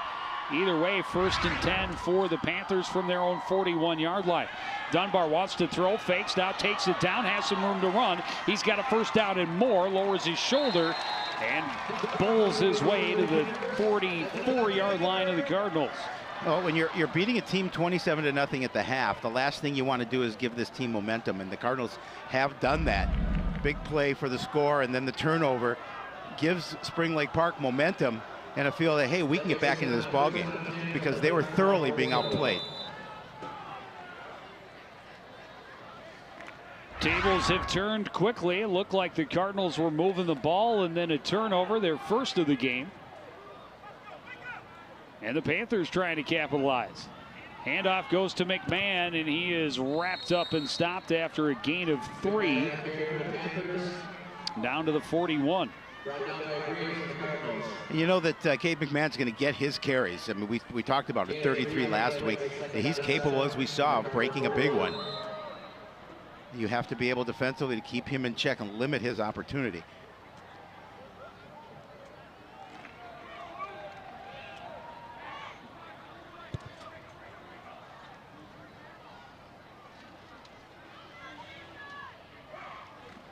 Handoff goes to McMahon again, spins away as a first down to the 31-yard line. Gain of 10. Oh, you're going to see the spin move coming up here. It's going to allow him to gain additional yards. Spins away from a tackle. Not before Ness. Breams bring him down, but as you mentioned, pick up a first down. At the 31. Dunbar back under center. McMahon the lone setback. He gets the carry. No, he pulled it back. And Dunbar Gets around the right side inside the 15 to the 13-yard line, or 25 to the 23-yard line. Brought down by Kenny Nawachi. But he's going to pick up 8 yards. Make it 2nd and 2. And again, we talked about things in your playbook with 2nd and short like that. There's a number of things you can run to catch this defense off guard. And if the Panthers are able to punch this one in, we've got a whole new ball game if they come out and get 2 quick scores out of the half. Dunbar drops, pitch goes to McMahon, running left, has Thenis out blocking in front of him. But a great job of pursuit by Silla down the line is going to drag him out of bounds after a minimal gain. Well, and Silla really just does a nice job of keeping that play wide. McMahon looked to try and cut it upfield. And Silla just did a nice job of making sure that he hit the sideline, and what they gained, maybe a yard? A yard it was, and it will be 3rd and 1 from the Coon Rapids 22-yard line.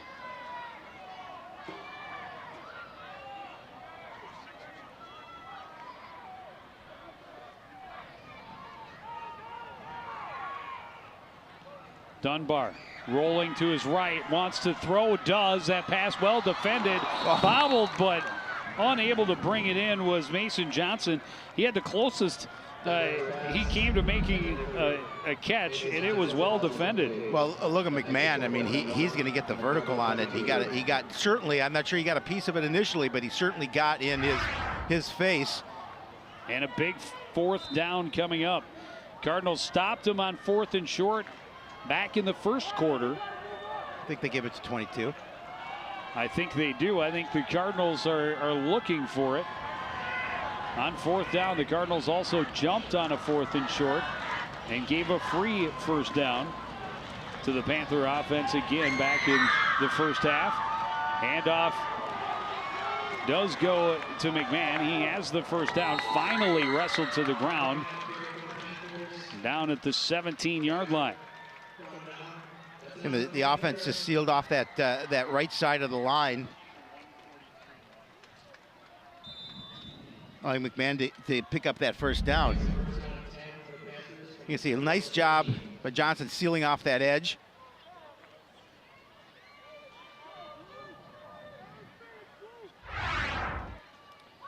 First and 10 from the Coon Rapids 17-yard line. Handoff goes to McMahon, tripped up immediately, falls forward for maybe a yard.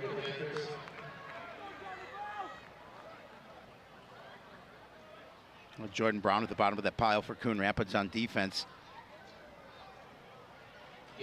16 carries, 145 yards, and a score for Cade McMahon tonight. He had 165 last week, so pretty good showing in his first 2 weeks back from a torn labrum in his hip.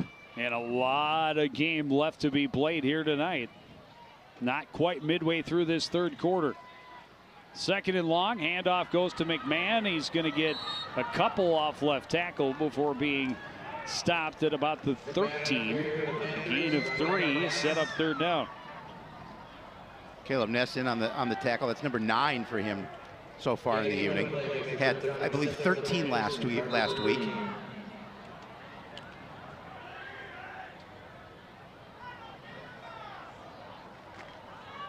3rd and 6.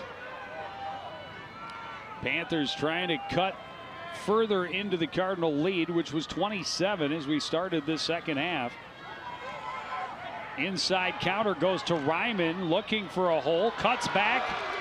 He's going to have a 1st down at the 5-yard line, 1st and goal. Again, not looking for number 14 to run the ball in that situation. Good misdirection there, and Ryman able to do a little dancing, able to pick up that 1st down.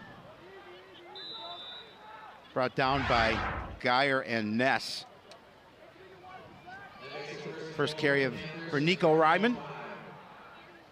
He also did not have a touch until last week. He had 2 carries for 44 yards and a touchdown. The touchdown was 36, I believe. So 1st and goal from the 5. They go to the option. The Cardinals read it and didn't give Dunbar any option but to go down after a short loss. Yeah.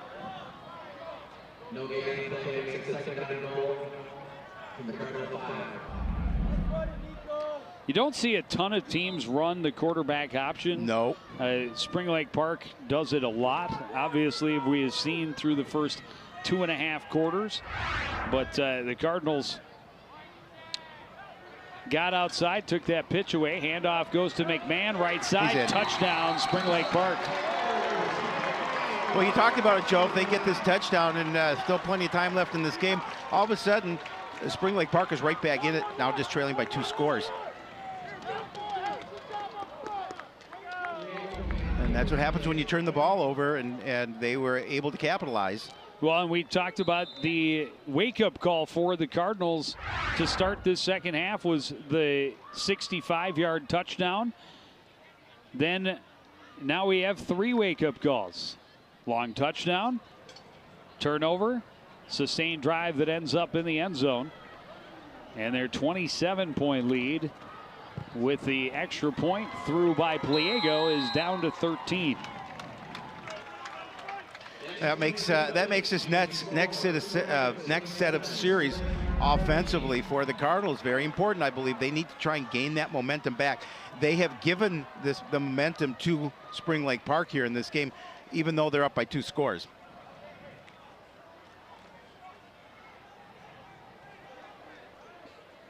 But not time to panic. No. Time to go out and get back to what you did well in that first half and try and reestablish your control of the momentum and the movement of the ball. Well, you know, if you hold on to that ball, there's a good chance that Coon Rapids was going to put additional points on the board, and you wouldn't be looking at this situation.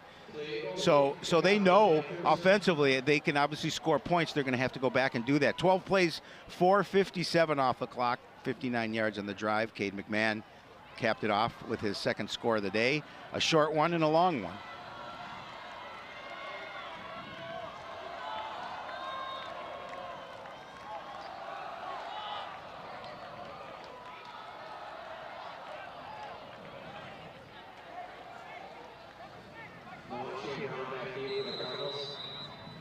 Pliego to kick it away for the Panthers again. The Cardinals must respond. Good kick going back all the way to the 5 for it is Nawachi. Right up the middle and spun around as he crossed the 20 out to the 25-yard line. That's where the Cardinals will take over. Well, we'll see the Spring Lake Park defense try and come up, get fired up here to try and see if they can force a 3 and out for Coon Rapids. Now on that defensive side of the ball, you have a little more momentum, and you have an opportunity to make some plays.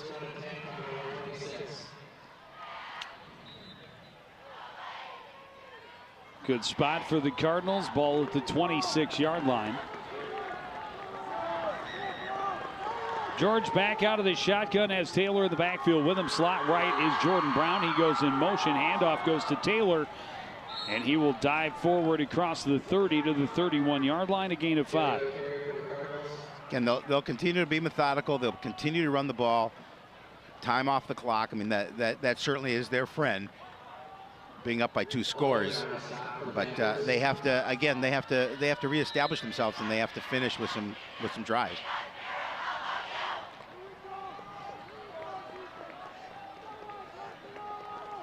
Second and 5 from the 31. Brown in motion again. This time fake the give. George on the keeper, cuts up, has a first down to the 38-yard line. But there is a flag on the far side of the field. I think this one may be coming back. We have an injured Panther on the play as well. Well, and they can ill afford to lose anybody else. We talked about it just a little bit at the beginning of the season, or beginning of the game. Illegal shift. Offense. 5-yard penalty. Replay second down. He's our official. Talk about an illegal shift on the Cardinal offense. Moving back 5, put second and long now. So that 5 that Taylor gained is now given back. Correct. And they, as we mentioned at the beginning of the contest, a lot of injuries on the Panthers sidelines. They just got McMahon back last week. but they have a number of other players nicked up on the sideline. One of their other top running backs is down there in a knee brace. They have a tight end or an offensive lineman, rather, that's down there on crutches. So certainly hope there's not a serious injury to the player on the field now. No question about it. We will take a short break while he is intended to be back with more. You're watching live high school football on CTN. Oh, hi. I'm TV's Howie Shapiro.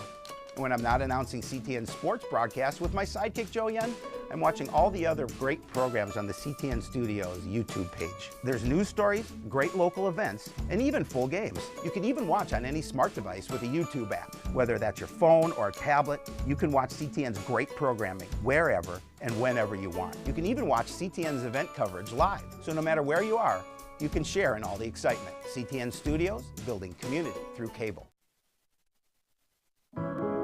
Taking care of a family member can lead to plenty of questions.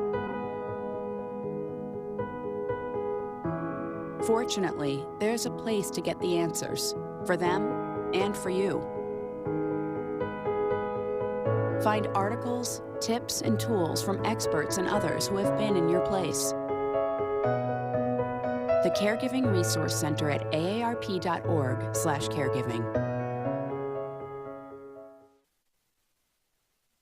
It's a beautiful day out here. Sunny today with light breezes, giving way to clouds in the afternoon. We could see some light precipitation to moderate precipitation later on, followed by powerful storm-like conditions. 90 miles per hour winds are expected. Authorities are asking everyone, stay indoors. Come on, that's it. Let's go.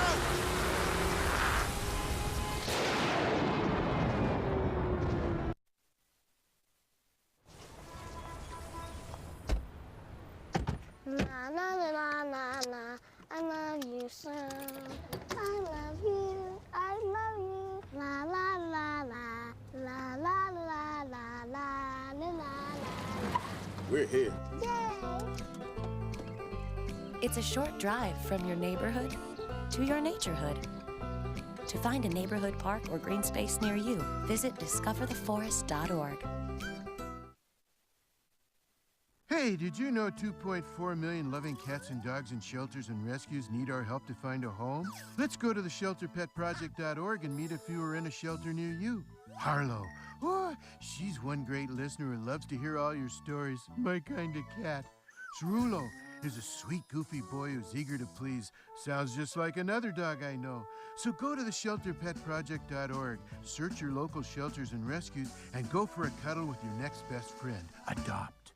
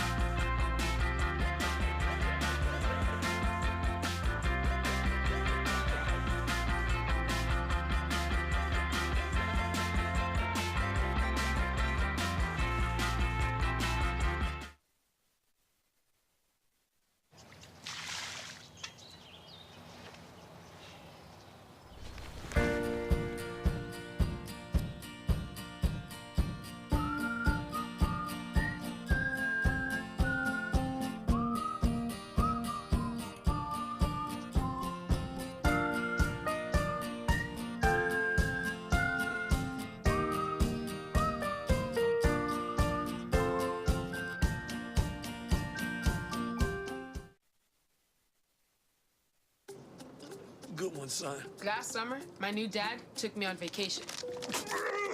First, we went deep sea fishing. Wow! I'm so proud of you, son. And then we went on Thunder Shark. That was awesome! Let's go again. 3 times. I gotta say, it was pretty cool. You don't have to be perfect to be a perfect parent. Thousands of kids in foster care will take you just as you are. Oh, not again.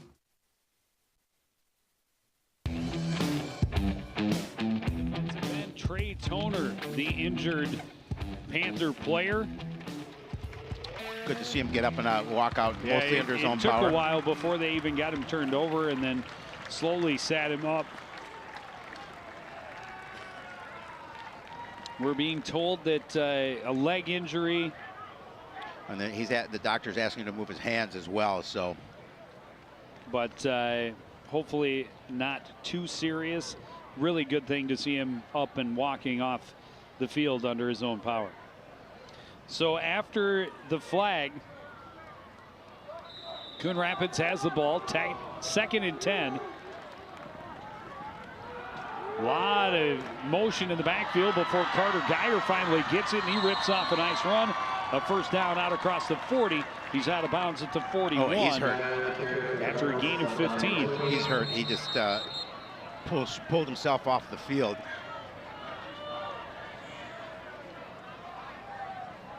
And let's hope that is not serious either. Geyer, one of the important pieces for the Cardinals on both sides of the ball. We'll take another look at this. Timeout for injury. And you saw his leg kind of get hung up as he went out of bounds. And now Geyer being attended to over on the Coon Rapids sideline. We certainly hope he's okay.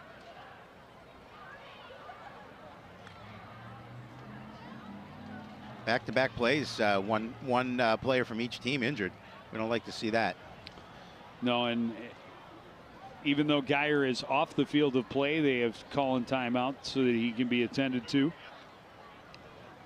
before we return to play.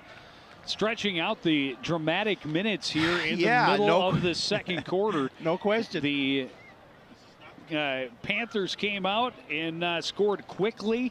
A huge 65-yard touchdown just 14 seconds into the third quarter.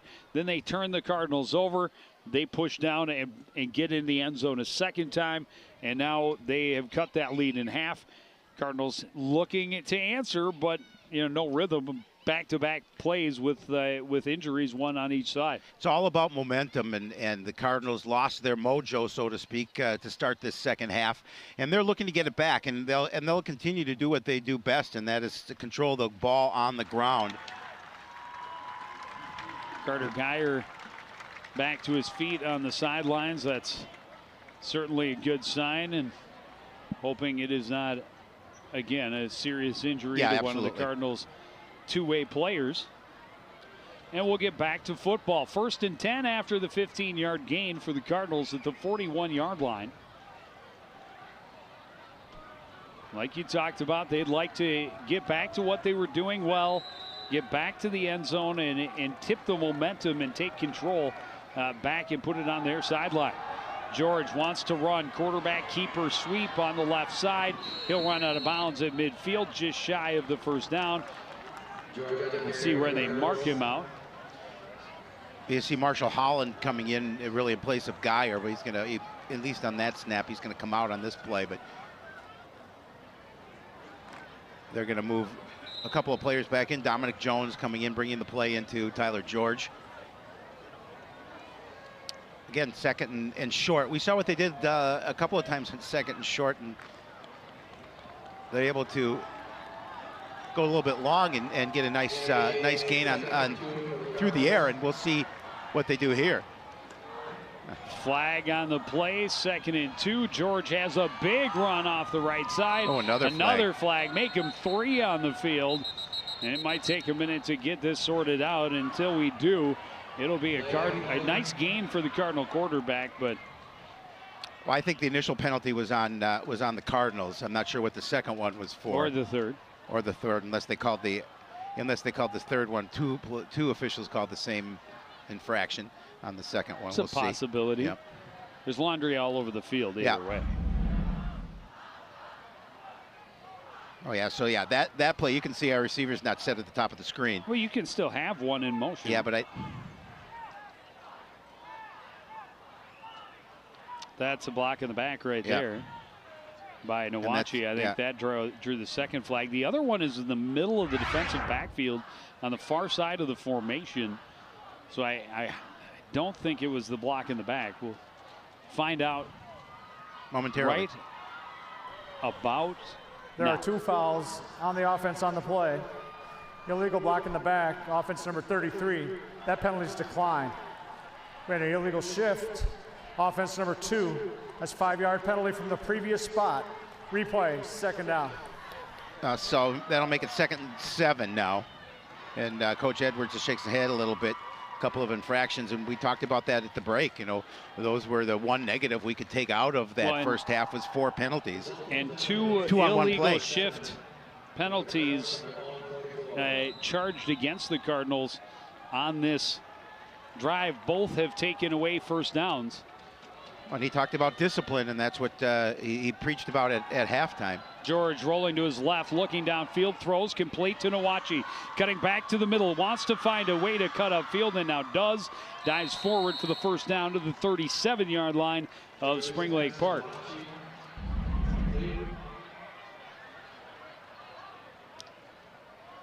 I'm not sure what. I think we have another Cardinal injury. No, guess not.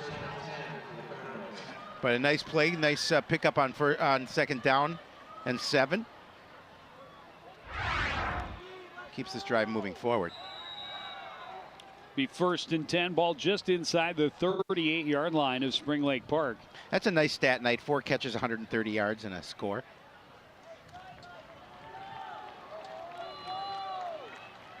You'll take that most days. I would think so. He'd like to keep going. Still more than a quarter to play in this one. Cardinals trying to add to their lead. Miles Taylor to carry on first down.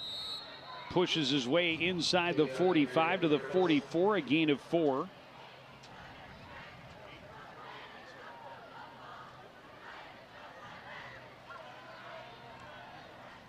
Eight carries for 38 yards and 2 scores for Miles Taylor on the evening so far. You see the numbers.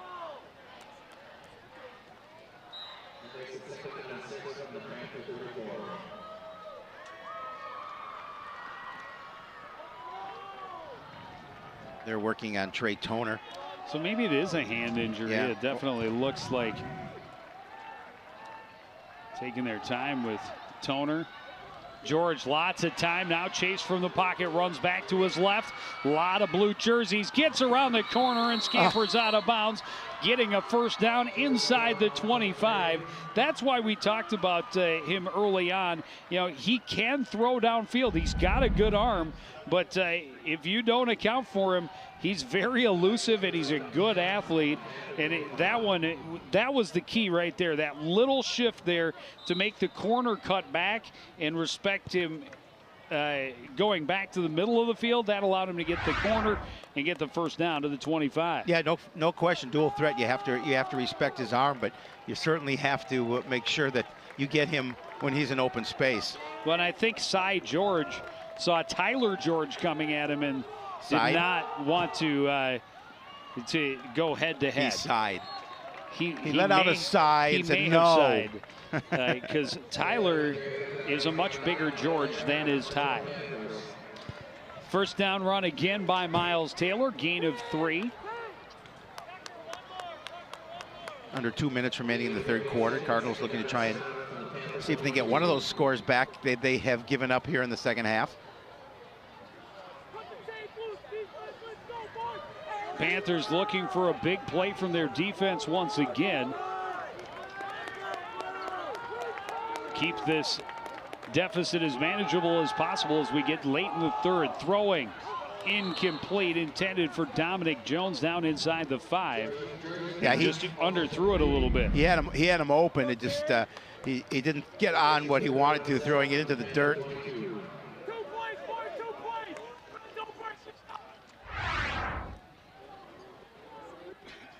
Clock stopped with exactly 90 seconds left in this third quarter. This is a big play series. Obviously, at this point in the field, it's 2 down territory, but you want to continue to put the pressure on Spring Lake Park. There you see Tyler George's number, 5 of 8 for 165 yards and a touchdown pass. Looking to throw again here on third down, but he is swarmed under the sack. And good pressure from the Spring Lake Park Panther defensive line. And now 4th down. Loss of 2 makes it 4th and 9.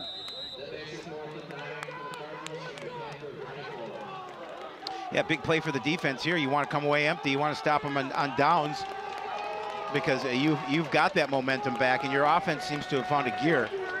Well, I said they needed a big play from their defense. They got it on 3rd down with the sack of Tyler George. Now on 4th and long. George rolling to his right, looking, now throws, wants the end zone for Jones, goes up and cannot secure the catch. Incomplete. Panthers take over on downs. He had it in his hands. He just couldn't keep it in.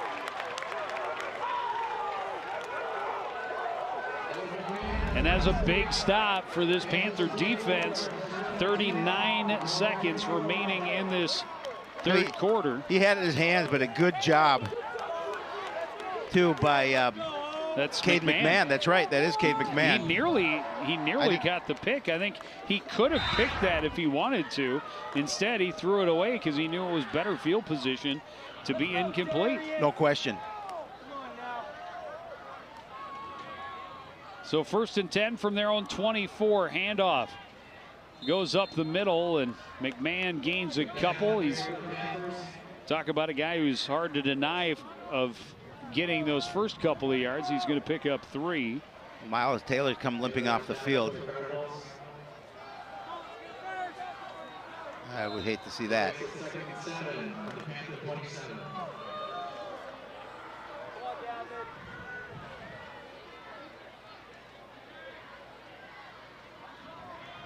Duncan back under center on 2nd and 7.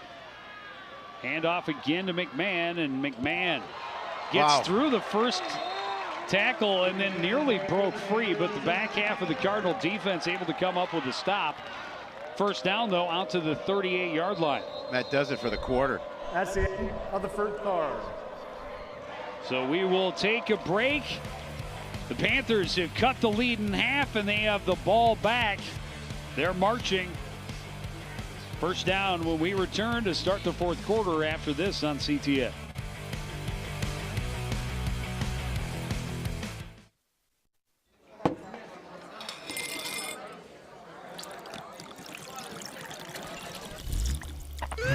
Extra DWI enforcement is now being served on Minnesota roads. Don't be what you drink.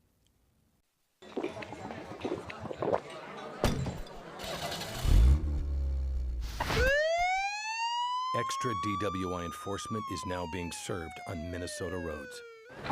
Don't be what you drink.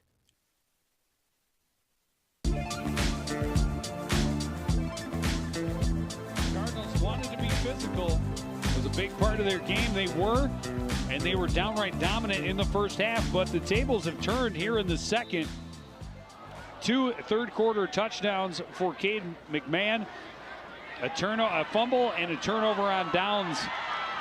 And the Panthers have the ball back, trailing by 13. McMahon had nowhere to go on that option. Yeah, good job. And loss of a bunch. Good job by the defense pursuing to him. You know, and they know 22 for the most part is going to get the ball. Loss of 5 makes it 2nd and 15 from their own 33-yard.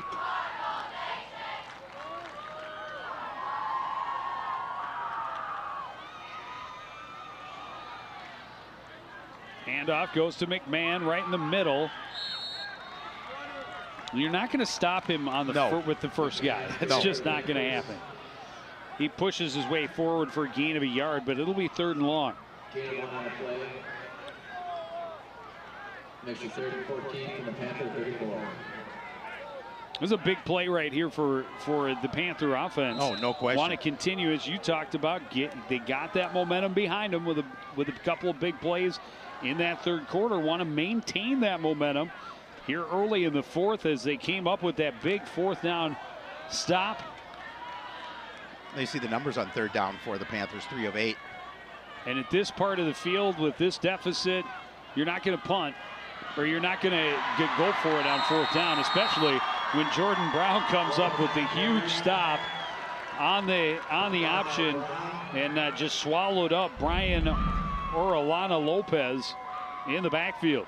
But they did a nice job of just bringing Brown in, and really nobody put a hat on him at all, and he was able to make that play for the loss. And loss of 9, 4th and 23. You're definitely not going for it that way. Pliego on to punt.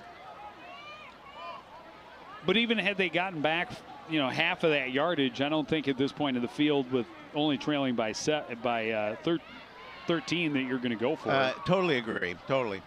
You can't pressure it at this point. Pliego, pretty good kick. Brown will take it from the 38, running to his left, trying to get around the corner, and does. And he got a great block from McMahon at midfield. Oh, they threw it makes a man miss, and he is gone. He's got a touchdown, and that flag is absolutely.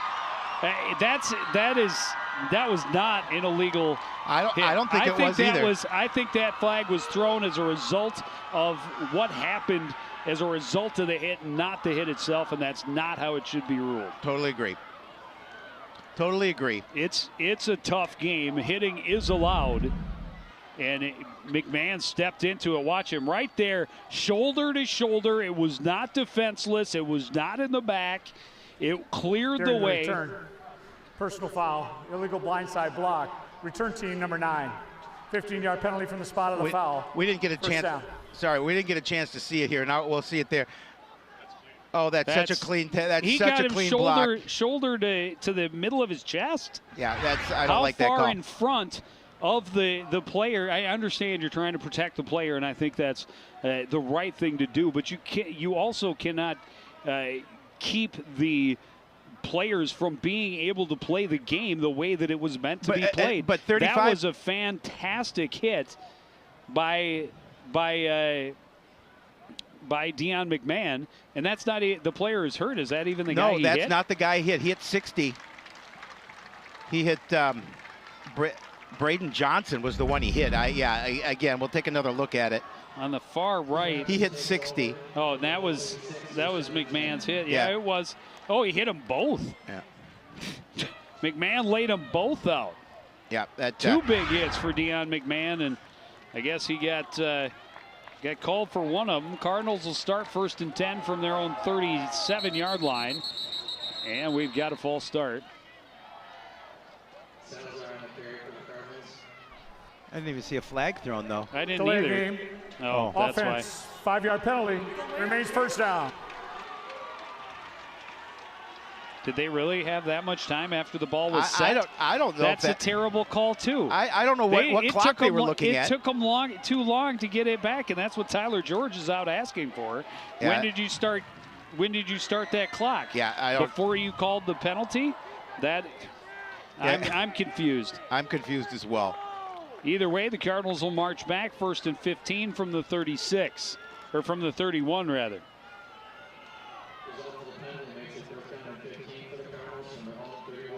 And Coach Edwards is getting an explanation from the official too. I think he, felt like we did. Where did you stop that clock? Well, they certainly didn't have 20 seconds. They did not have 20 seconds after the ball was placed on the ground to get that play off.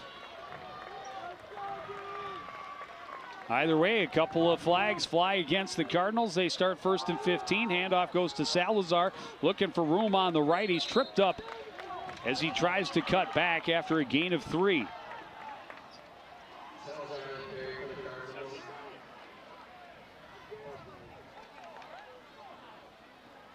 Officials have a few words to say to a couple of the defensive players for Spring Lake Park.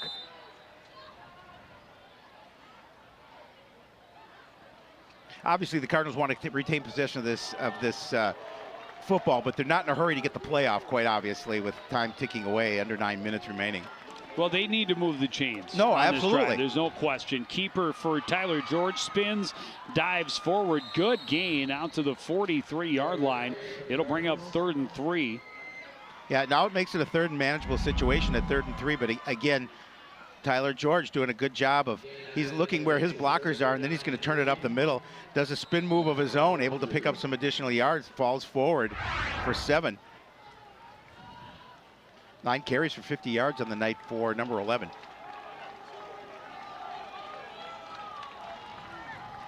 Cardinals, I believe, 2 of 5 on third down. I believe they started 2 and 2. If I'm not mistaken, they go to the inside counter. Jordan Brown cuts back, dives forward, and he's got enough, just enough, for the first down. Look, there's a little bit of a miscue there, a little miscommunication, but he's able to do enough to pick up that first down. Ball out to the 47-yard line. Oh, Miles Taylor back in. That's good to see. Again, he's going to cut it off. A missed tackle there, an arm tackle.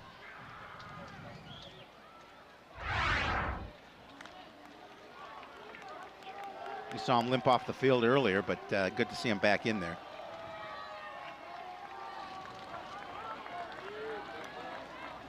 George out of the shotgun, has 2 receivers left. Brown in the slot on the right. Handoff goes to Taylor. Cuts back to the left. Got a block from Nwachi to get the corner. A stiff arm. He keeps going, and he's dragged out of bounds at the 33-yard line of Spring Lake Park. That ankle looks okay. And I'm not sure if this is designed to go off tackle and he decided to bounce it outside, or if they were looking for that all along. But Kenny Nwachi with a great seal block on that corner to get him around the edge. And a huge gain for Taylor inside the 35 at the 34. 6.9 yards a carry.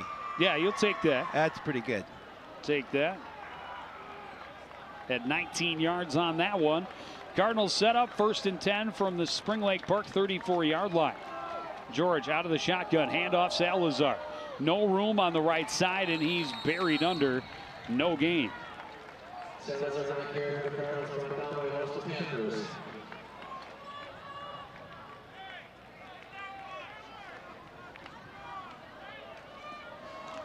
There's one large young man, 6'7", 268. I'm assuming he plays basketball. I don't know for sure. If he'd be a force in the middle. I was going to say, if he does not, I'm sure the Panthers coach has inquired why. Yes.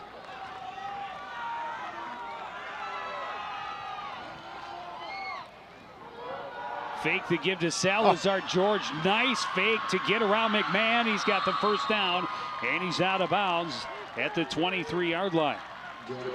Again, good block by Kenny Nwachi on the outside. But look at the move. He just freezes Cade McDown right here. Hurt! Nice sound effects. Thank you. I like it. I work hard on him. You do work hard on him. And this was the key. Not need to finish it. Yes. With points. Absolutely. And even if that is kicking a field goal to make it a 3-score game, you do know that you have Findlay, who has plenty of leg, but you'd rather not have to rely on that. But I think, down this deep, to see how much further in they get, if they have that decision to make, that might factor in. Handoff right side. And again, you see the back get stopped and the linemen join the push, help move Breams further forward, and he's taken down at the 17, a gain of 6. Again, Breams with the carry, but you're right. Then again, that push by the offensive line helps him pick up some additional yardage, make it a second and relatively short, 2nd and 4.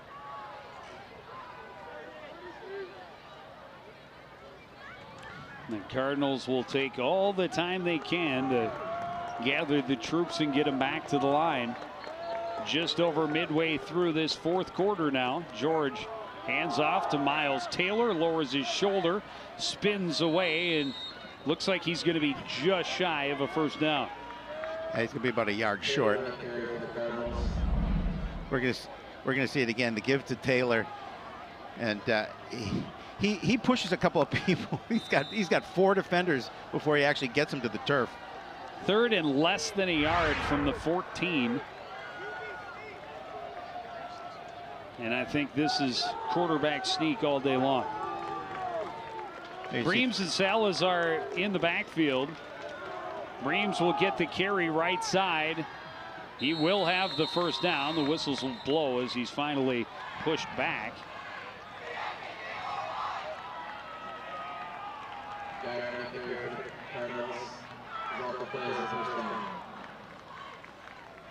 Forward progress to the 12. That's where the Cardinals will have it, 1st and 10.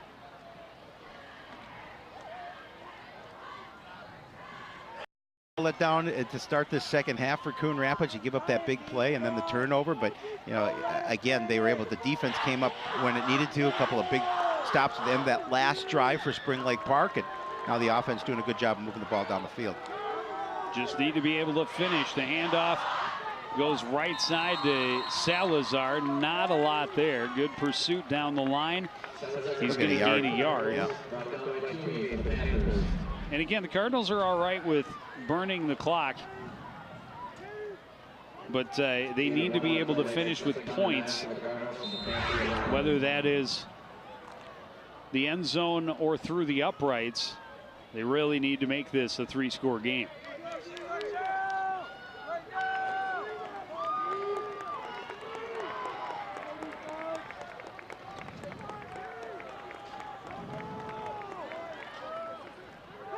I suppose a field goal would still make it, it'd still be a 2-score game.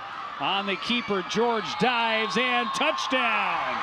A good job by Tyler George just to realize where he was on the field, and he's able to turn it up the middle and extend to the end zone for the score.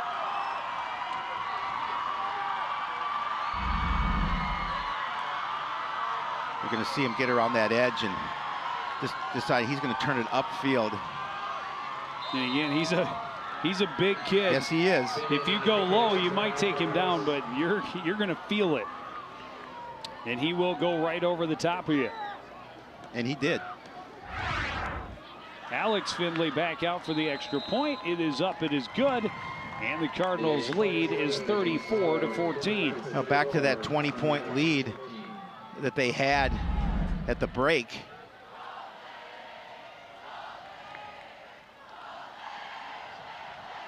Again, just does a nice job of stretching to the end zone. And with just shy of 4 minutes remaining, that could have been the nail.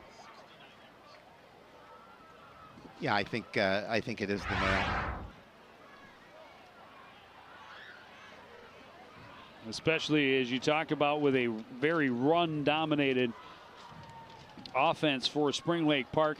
Now they're in a position down 3 touchdowns with under 4 minutes to play that they're going to need to throw the ball, and they're going to need to be able to chew up big chunks of yardage. No question. Each time they snap the ball. The impressive part of that drive, obviously the fact that they finished, but they took 5:38 off the clock. Valuable minutes that Spring Lake Park needed in order to try and mount a comeback. And that has been a big key to the Cardinals' success all season long. And what hasn't is kicking the ball out of bounds repeatedly. That's 3 times tonight. And not only does it give them great field position, but it doesn't take any time off the clock. Team number 35. Exactly. 5-yard line. First down.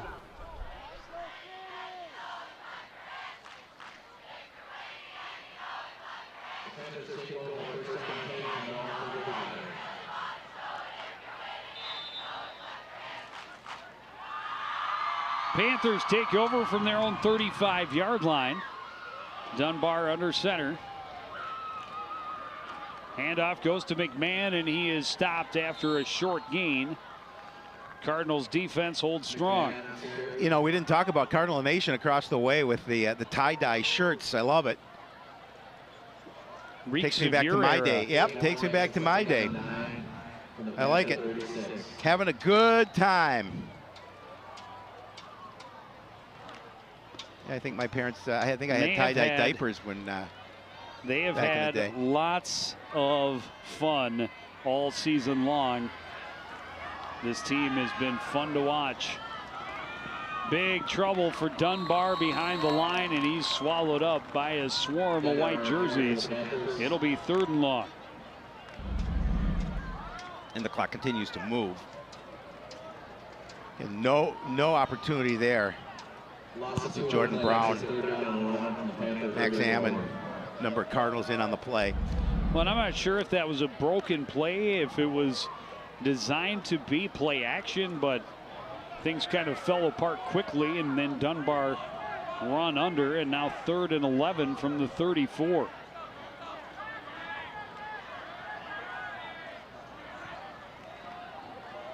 Go to the option. Pitch goes to McMahon. Seals the corner. Cuts back, and he's stopped after a 1-yard gain. It'll be 4th and 10. And that was great pursuit by the Cardinals. I didn't see who it was out on the edge playing corner, but did an excellent job of forcing McMahon back to the middle of the field. And he had plenty of support there, so no chance to pick up significant yardage. And now on 4th and 10. They're going to run out the punt unit. Under 2 minutes remaining. And the Cardinals just need to pretty much run out the clock to score their 4th straight victory. And again, putting up good numbers. 34 points on the board, a lot of running yards, but some good passing yards this week as well.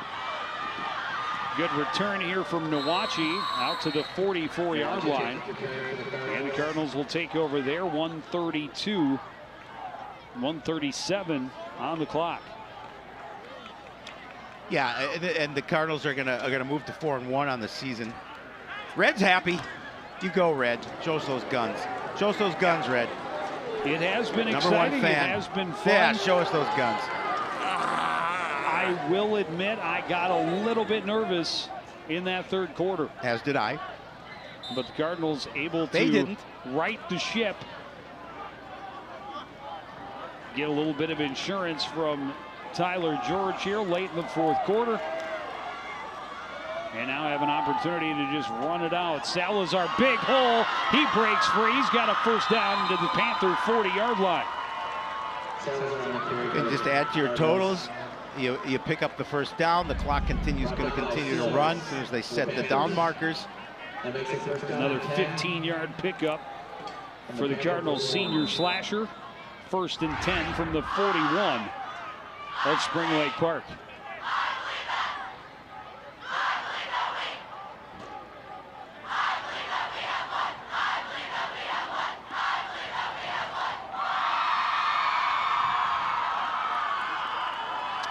And they will go to the victory formation, take a couple of knees, and they will take home another road win.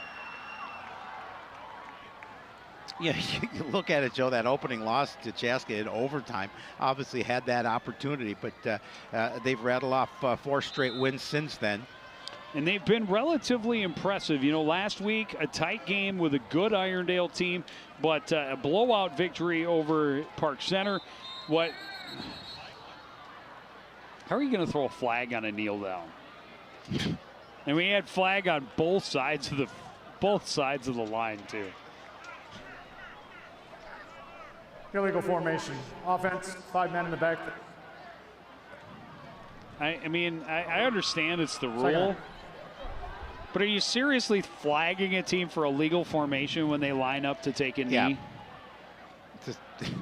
I mean, really? I mean, it is the rule. Not the I game's suppose. not in balance. I suppose you have to call the rules. Well, they know the game's televised. They don't want the supervisor back at the referee association like, hey, you guys really should have flagged that one. They had 5 guys in the backfield. I'm pretty sure they're not going to worry about it. Let the team take a knee and get out of there with a win. Well, that will do it. So, we think? Yeah. This time we're going to be all right? All right, let's get out on the field and let's celebrate. I've never seen a flag on an illegal for on a kneel down. I've never seen that.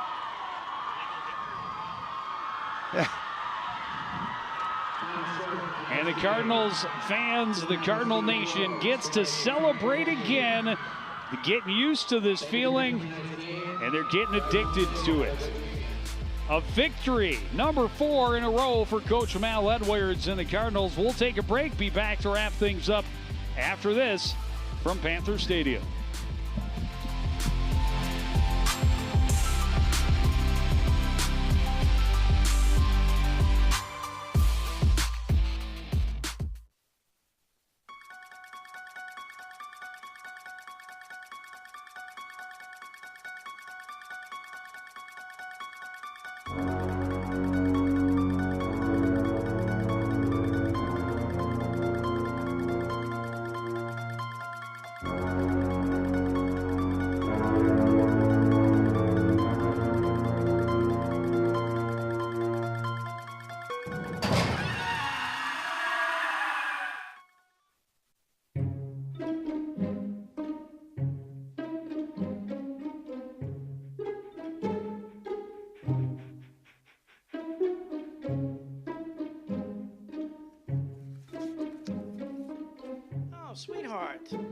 give you a hand? No thanks, Dad. I got it. Okay. I'm gonna go fix the lamp in your room. You don't have to be perfect to be a perfect parent. There are thousands of children in foster care who will take you just as you are.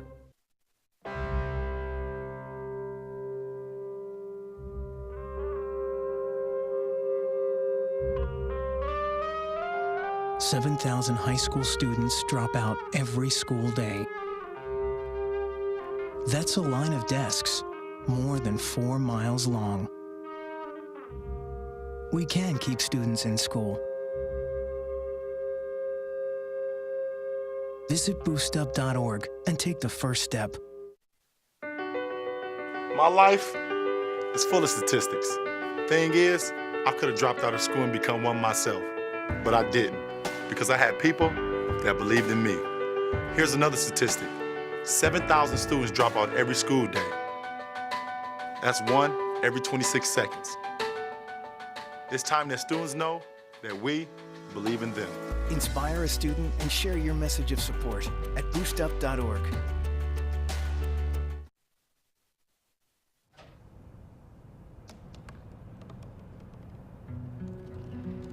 They said I couldn't dream. Called me a piece of trash and swore that's all I'd ever be.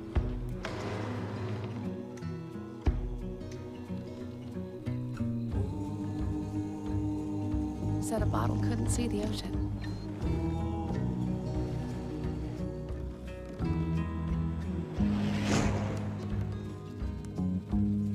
Give up. Go back to the dumpster.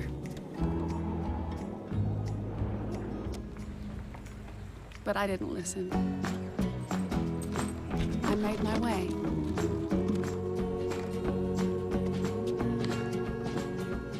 And now, I am what I've always wanted to be.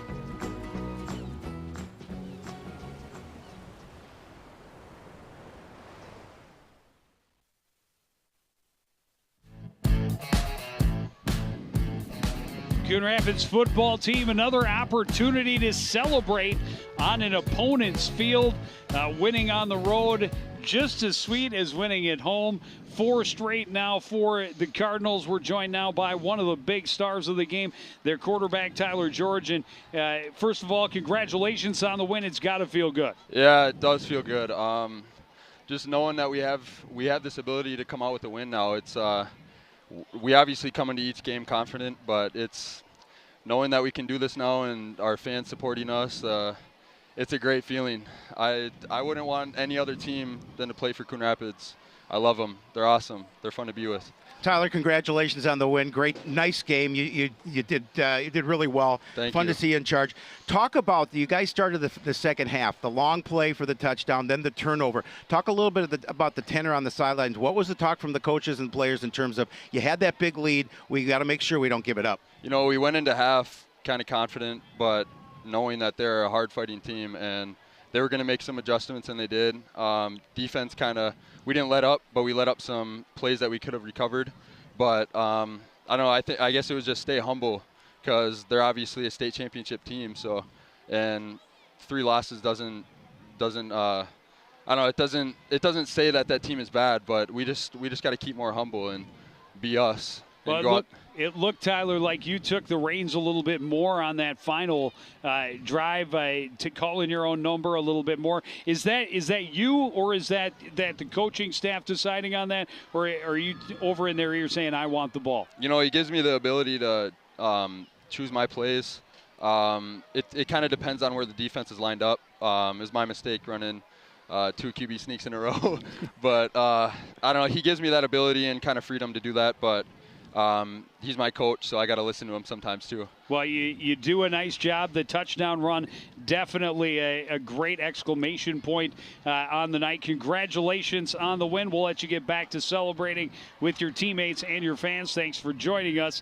And now we'll take a look at some of the highlights of that second half is how he talked about a big lead for Coon Rapids coming into the second half, but second play of the third quarter, Cade McMahon got loose and he tore off a 65-yard touchdown run, and all of a sudden the Panthers had life. Cardinals next drive, Salazar fighting for extra yardage, has the ball stripped out from underneath. The Panthers quickly recover, and that leads to their second score. McMahon again, this time from the 5, and all of a sudden we got a little bit more of a ball game.